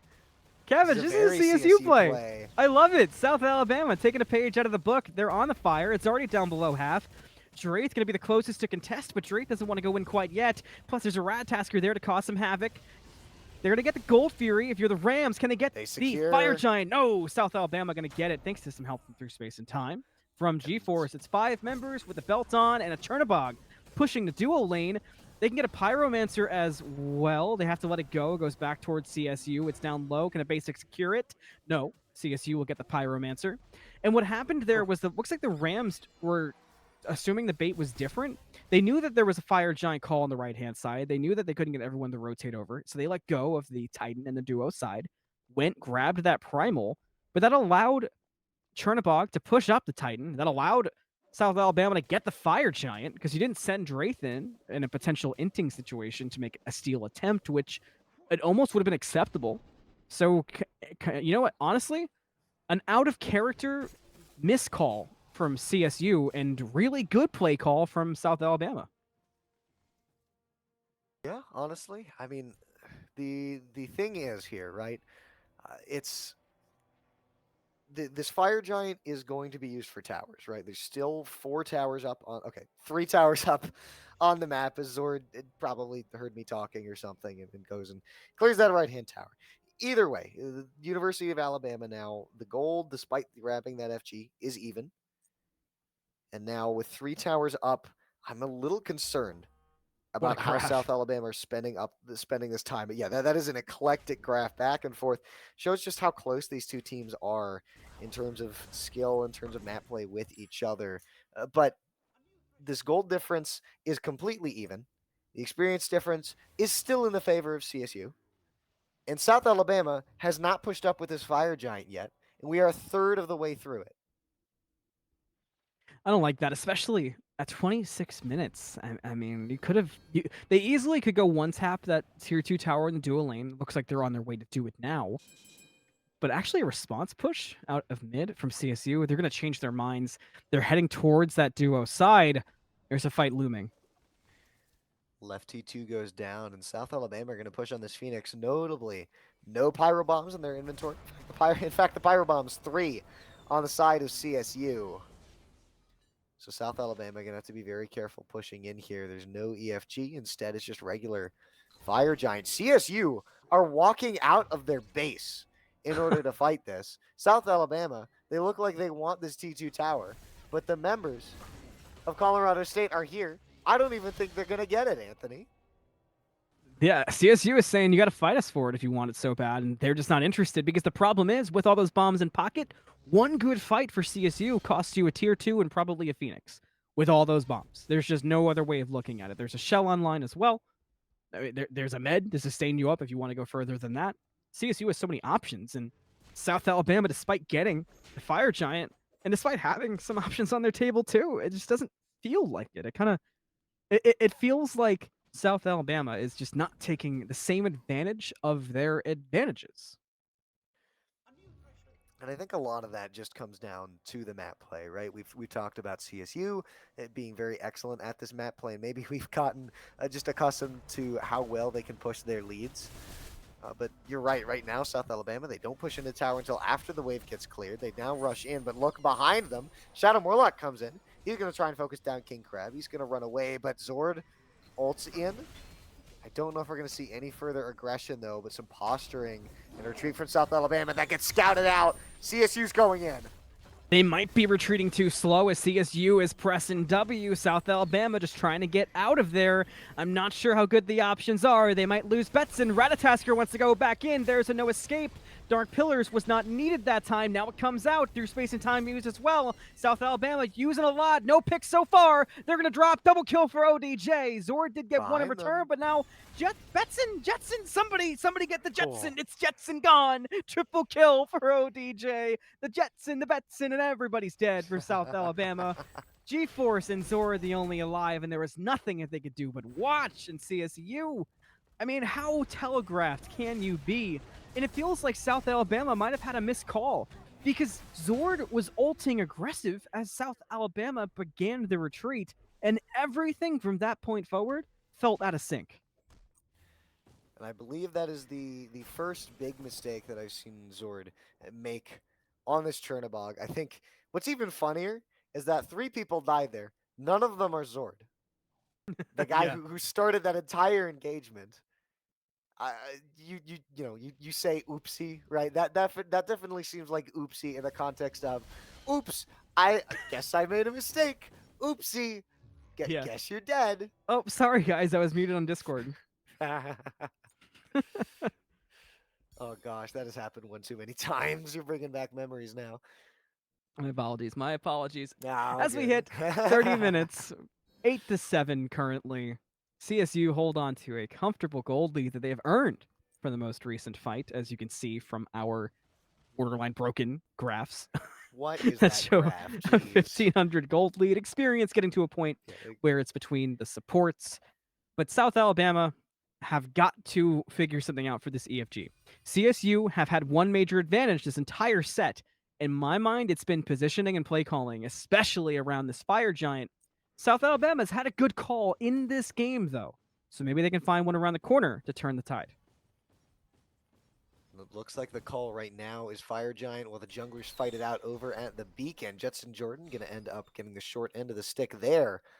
And so CSU now see an opportunity to push up around this FG, get some wards down a little bit. King Crab throws some poke out. He's not doing enough damage, and King Crab has to be careful. He's tanking FG. Jetson was just tanking the Tiamat and took so much damage, had to go up through the Cosmos just to escape that damage. Does have options on landing, no escape going to come out, but the Radtasker's already disengaged, so that might be an overcommit from South Alabama, because Absolution just doing Absolution things and keeping the Ares out of the fight. King Now Crab. South Alabama, they're breaking their S keys on the way out of here, and CSU can head right towards that EFG. And EFG is going to get pulled. The first EFG of the final game here between Colorado State Rams and University of South Alabama. Have to be careful, Zord. You get caught out here by Brownstain. FG is at half. And CSU continue this pressure. Through space and time was used too early, so it's going to fall no. to Jetson Jordan. There's the blink, but Colorado State will secure the EFG. They're going to look for more after a blink forward from Shadow Murloc, There's and one. Brown will get the credit for the kill on the Jetson Jordan. CSU regroup, recommit. They have their eyes on the mid lane. They still got 3 pyro bombs in pocket. They've got Crab on the menu. There's 2. That Out of Hell will secure it. Here come the Rams. Can you prepare? Alabama, do you have anything left in the tank, or is it running on E? CSU, clean up a tier 2. Mid Phoenix, the next target. It's 5v3. Brownstain looking like he's going to line up a back teleport back in using that upgraded TP here. Unfortunate, the Impale hits Betson Borden, but they're unwilling to go in on this Phoenix. Still waiting for a little bit of sustain. Shadow Murloc going to sustain off of that speed buff, and the teleport back in from Brownstain is going to be the sign to get on going. The Pyro Bombs drop, but it's a huge ult, but Absolution yet again comes through. Phoenix going to fall. CSU have got themselves a mid Phoenix. They take their prize and they head home. Decoy will die, though, for those decoy stands out there. But CSU have now gotten themselves strong control of the map. There is a tier 1 in duo that's got to get taken out. It's 1 auto. Then they'll have that tier 2. Solo lane, same story. So, while Alabama feels on the ropes, and they should, this isn't as bad as they've been on the ropes. I mean, it's been dire for them before. And honestly, having 2 tier 2s up, being at 33 minutes, just losing that mid Phoenix, having everybody be healthy, Zord still hasn't died, Silver Branch coming online. These are all things, if I'm rooting for South Alabama, I'm rooting heavy. Full screaming, full shouting, I think they have a chance. And CSU, if I'm rooting for the Rams, from this point on, it's got to be clean play. I need communication in the fights all the way through to the end. Because for me, one thing I have noticed, CSU kind of have problems being closers. Very true. I do want to point out the absolute glow up that ODJ has had this game. Went from what, 2-3-2 to 5-3-2 in just the last couple of minutes here. Beyond her really starting to swing now. ODJ with the help of his team, able to make some stuff happen. This T2 and left is going to be a foregone conclusion for CSU. Instead, Alabama needs to look, try to find a pick, try to find something. Chains connect, but now they might have abandoned this Phoenix for a little bit too long. Curran is trying to make his way back. Do CSU realize this? The Lizard Boys are on the way too. CSU have a decent push into this Phoenix if they'd like to take it. No more bombs in pocket. That helps out South Alabama. Radtasker dealing with 2 in the mid. Phoenix has to dash out of there with that mid Phoenix gone. He's easy pickings, and the Radtasker getting out of there might have opened up opportunity in the left-hand side. Through the Cosmos from the Rat to try to control some stuff from the sky. Going to land down but land down Betson. defensively. That's going to cost them a duo Phoenix. Nope. CSU stepping into the throne room. That's going to be one, but Zord holding the line. That's the churn, making a play, finding one so far. South Alabama not going down that easy. Zord ults in, looking for ODJ. Won't dash aggressive. You can't take that risk quite yet, but with Betson going around the corner, maybe Chernobog's got a new opening. Jetson also around, and CSU no longer have an interest. Churn and Kern are going to chase him out, but Zord takes a lot of poke and has to play it safe. Dash used. CSU reset outside the Phoenixes. So once again, things are dire, but not that dire for Alabama. They hold on once again. These fire waves are pushing down the left-hand lane and in the mid lane as CSU make their way over to that right T2, presumably going to take that. I don't think they can push Phoenix here. Numbers have evened up. It's 4v4. And I doubt that you can really take and win that fight. South Alabama, I mean, Rat just gets caught out there. You don't really have a fight when Rat isn't here, when you're forced to deal with this Kama.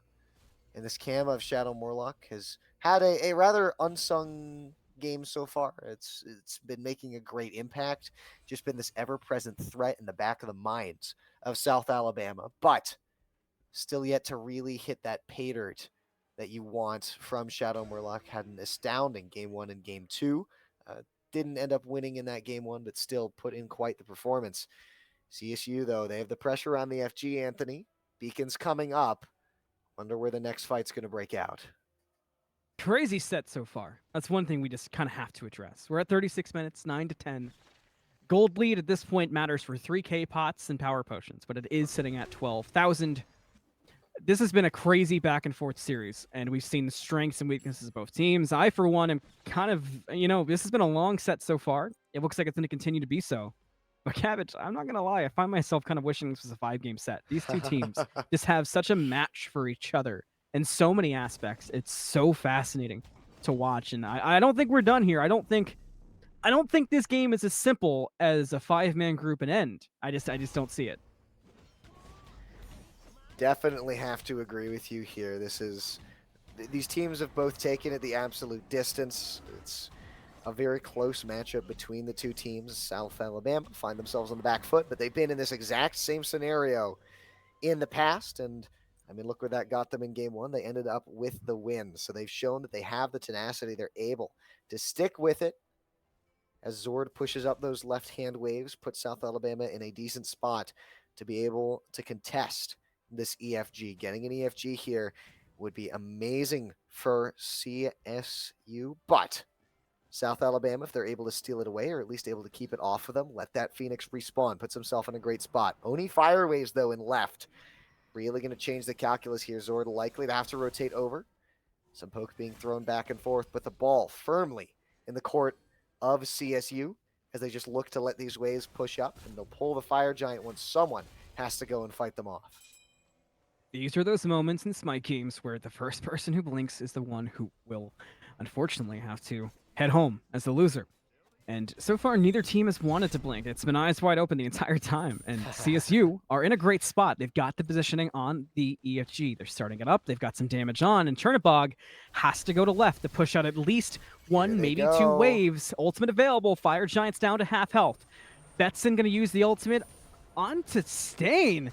EFG is going to fall, and South Alabama could not break through to make a contest. Zord arrives through space and time. It's all not going to be in time.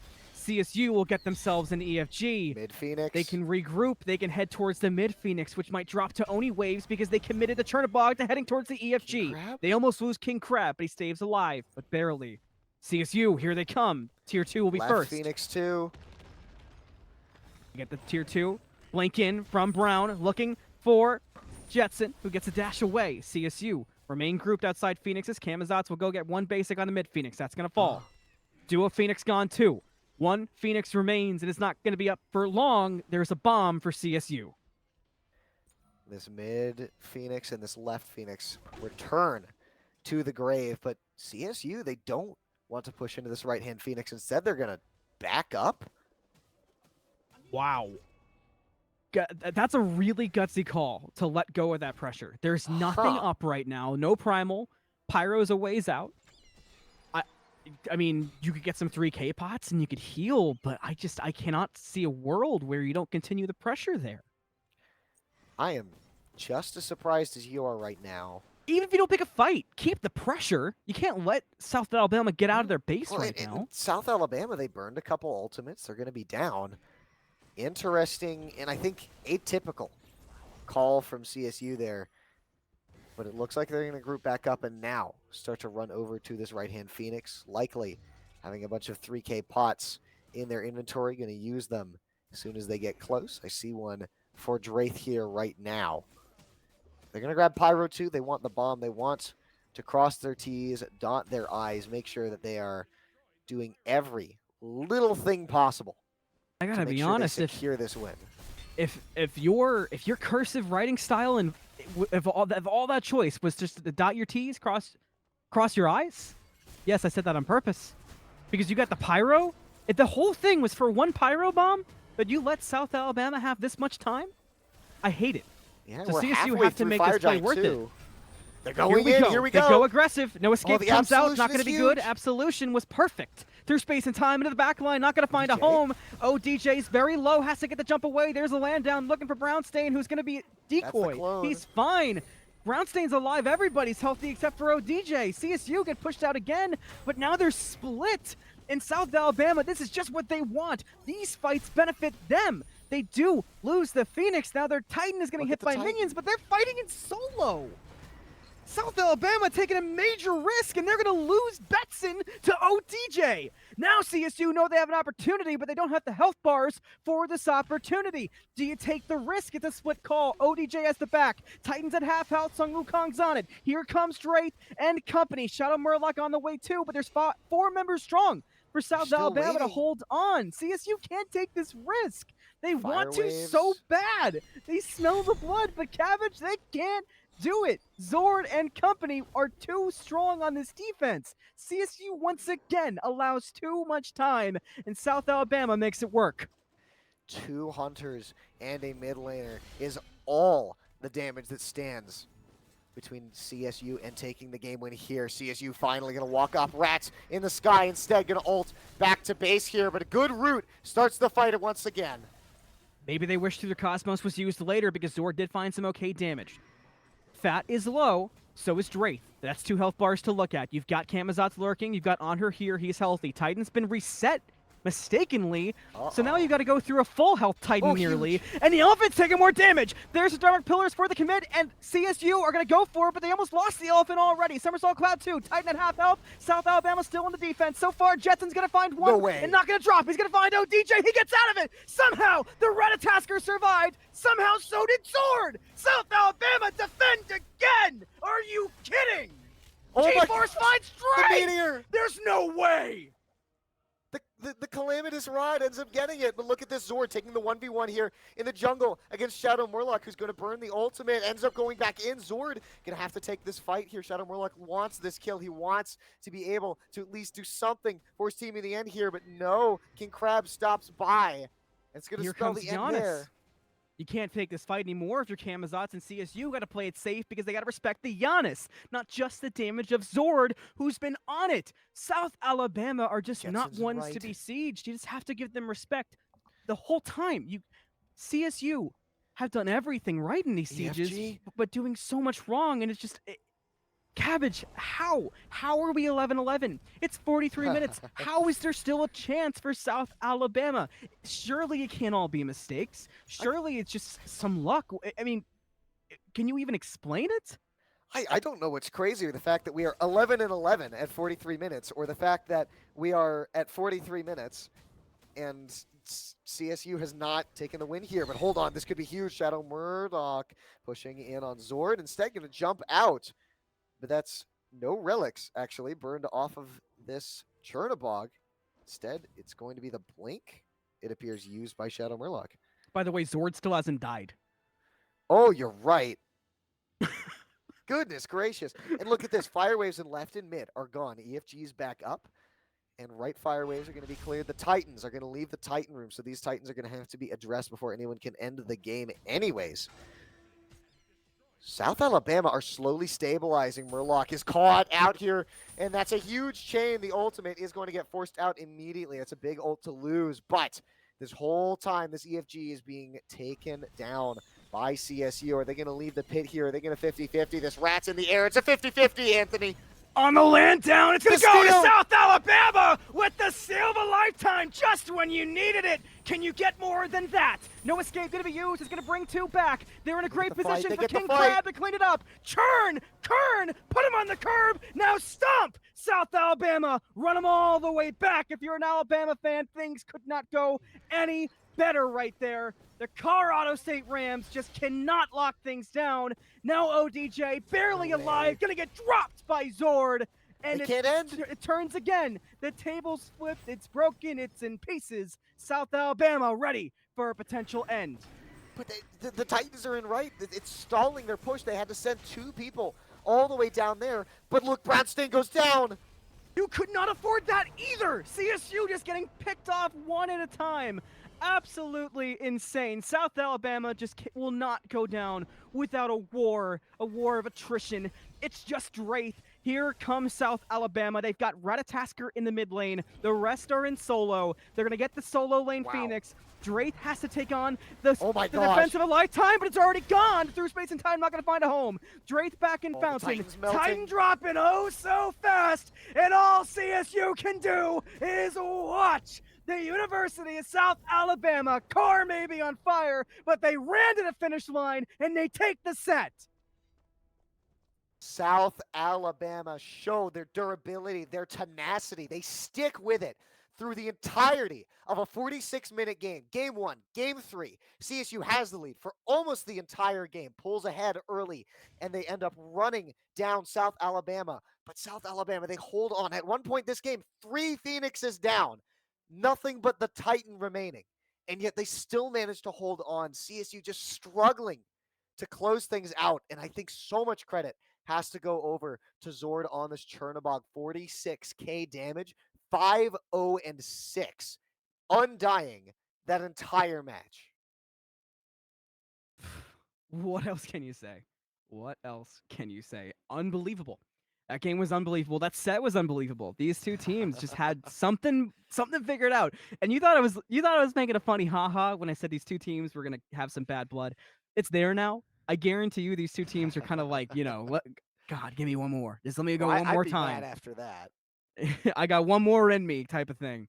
But one thing, we got to come down from the high. We got to try to give a clean little recap. Draith, the whole game, one ward, absolute mad lad.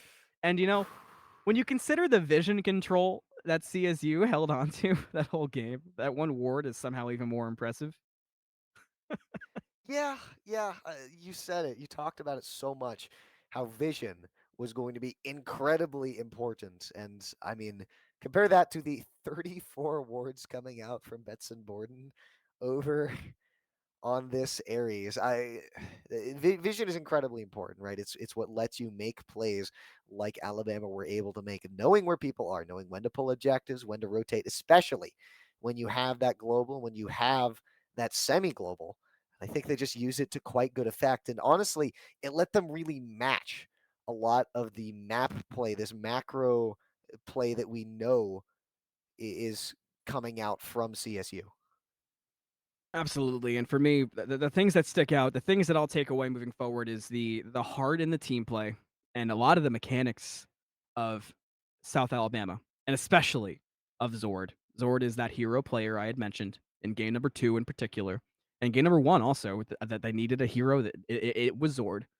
And what makes it so special is the supporting cast is also so good. But on the other side, CSU, what I would take away is that their strategy, their play calling, their understanding of the map at all times, their communication with each other is so good that essentially the only reason they lost, in my mind, was they just got out mechanicked at the end in game 1 and game 3.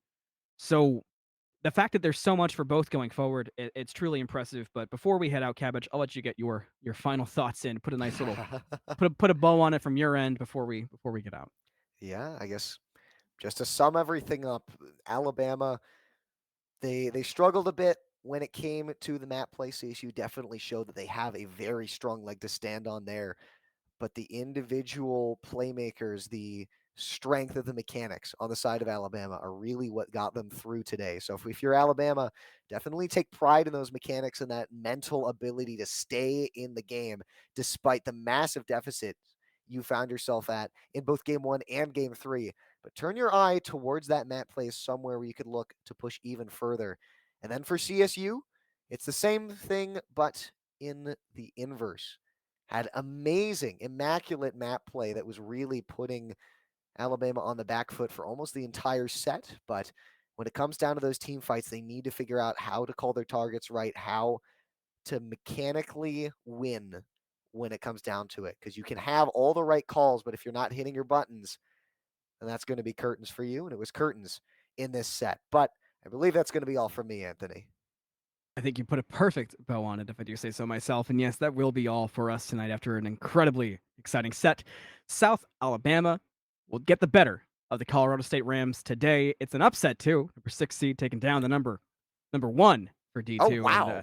Really? I couldn't be any more impressed with what we saw. And I will remember this one for a while, certainly. And what an introduction. This is Collegiate. This is NECC. This is AGL. My name was Anthony Mellum. I was joined by the lovely Cabbage, number 15, if you're keeping track. And on That's production and lettuce. did such an oh so wonderful job was Red Rosie Panda. Thank you so much, Rosie. And we'll see you next time on AGL for more action just like you saw tonight. Have a good night.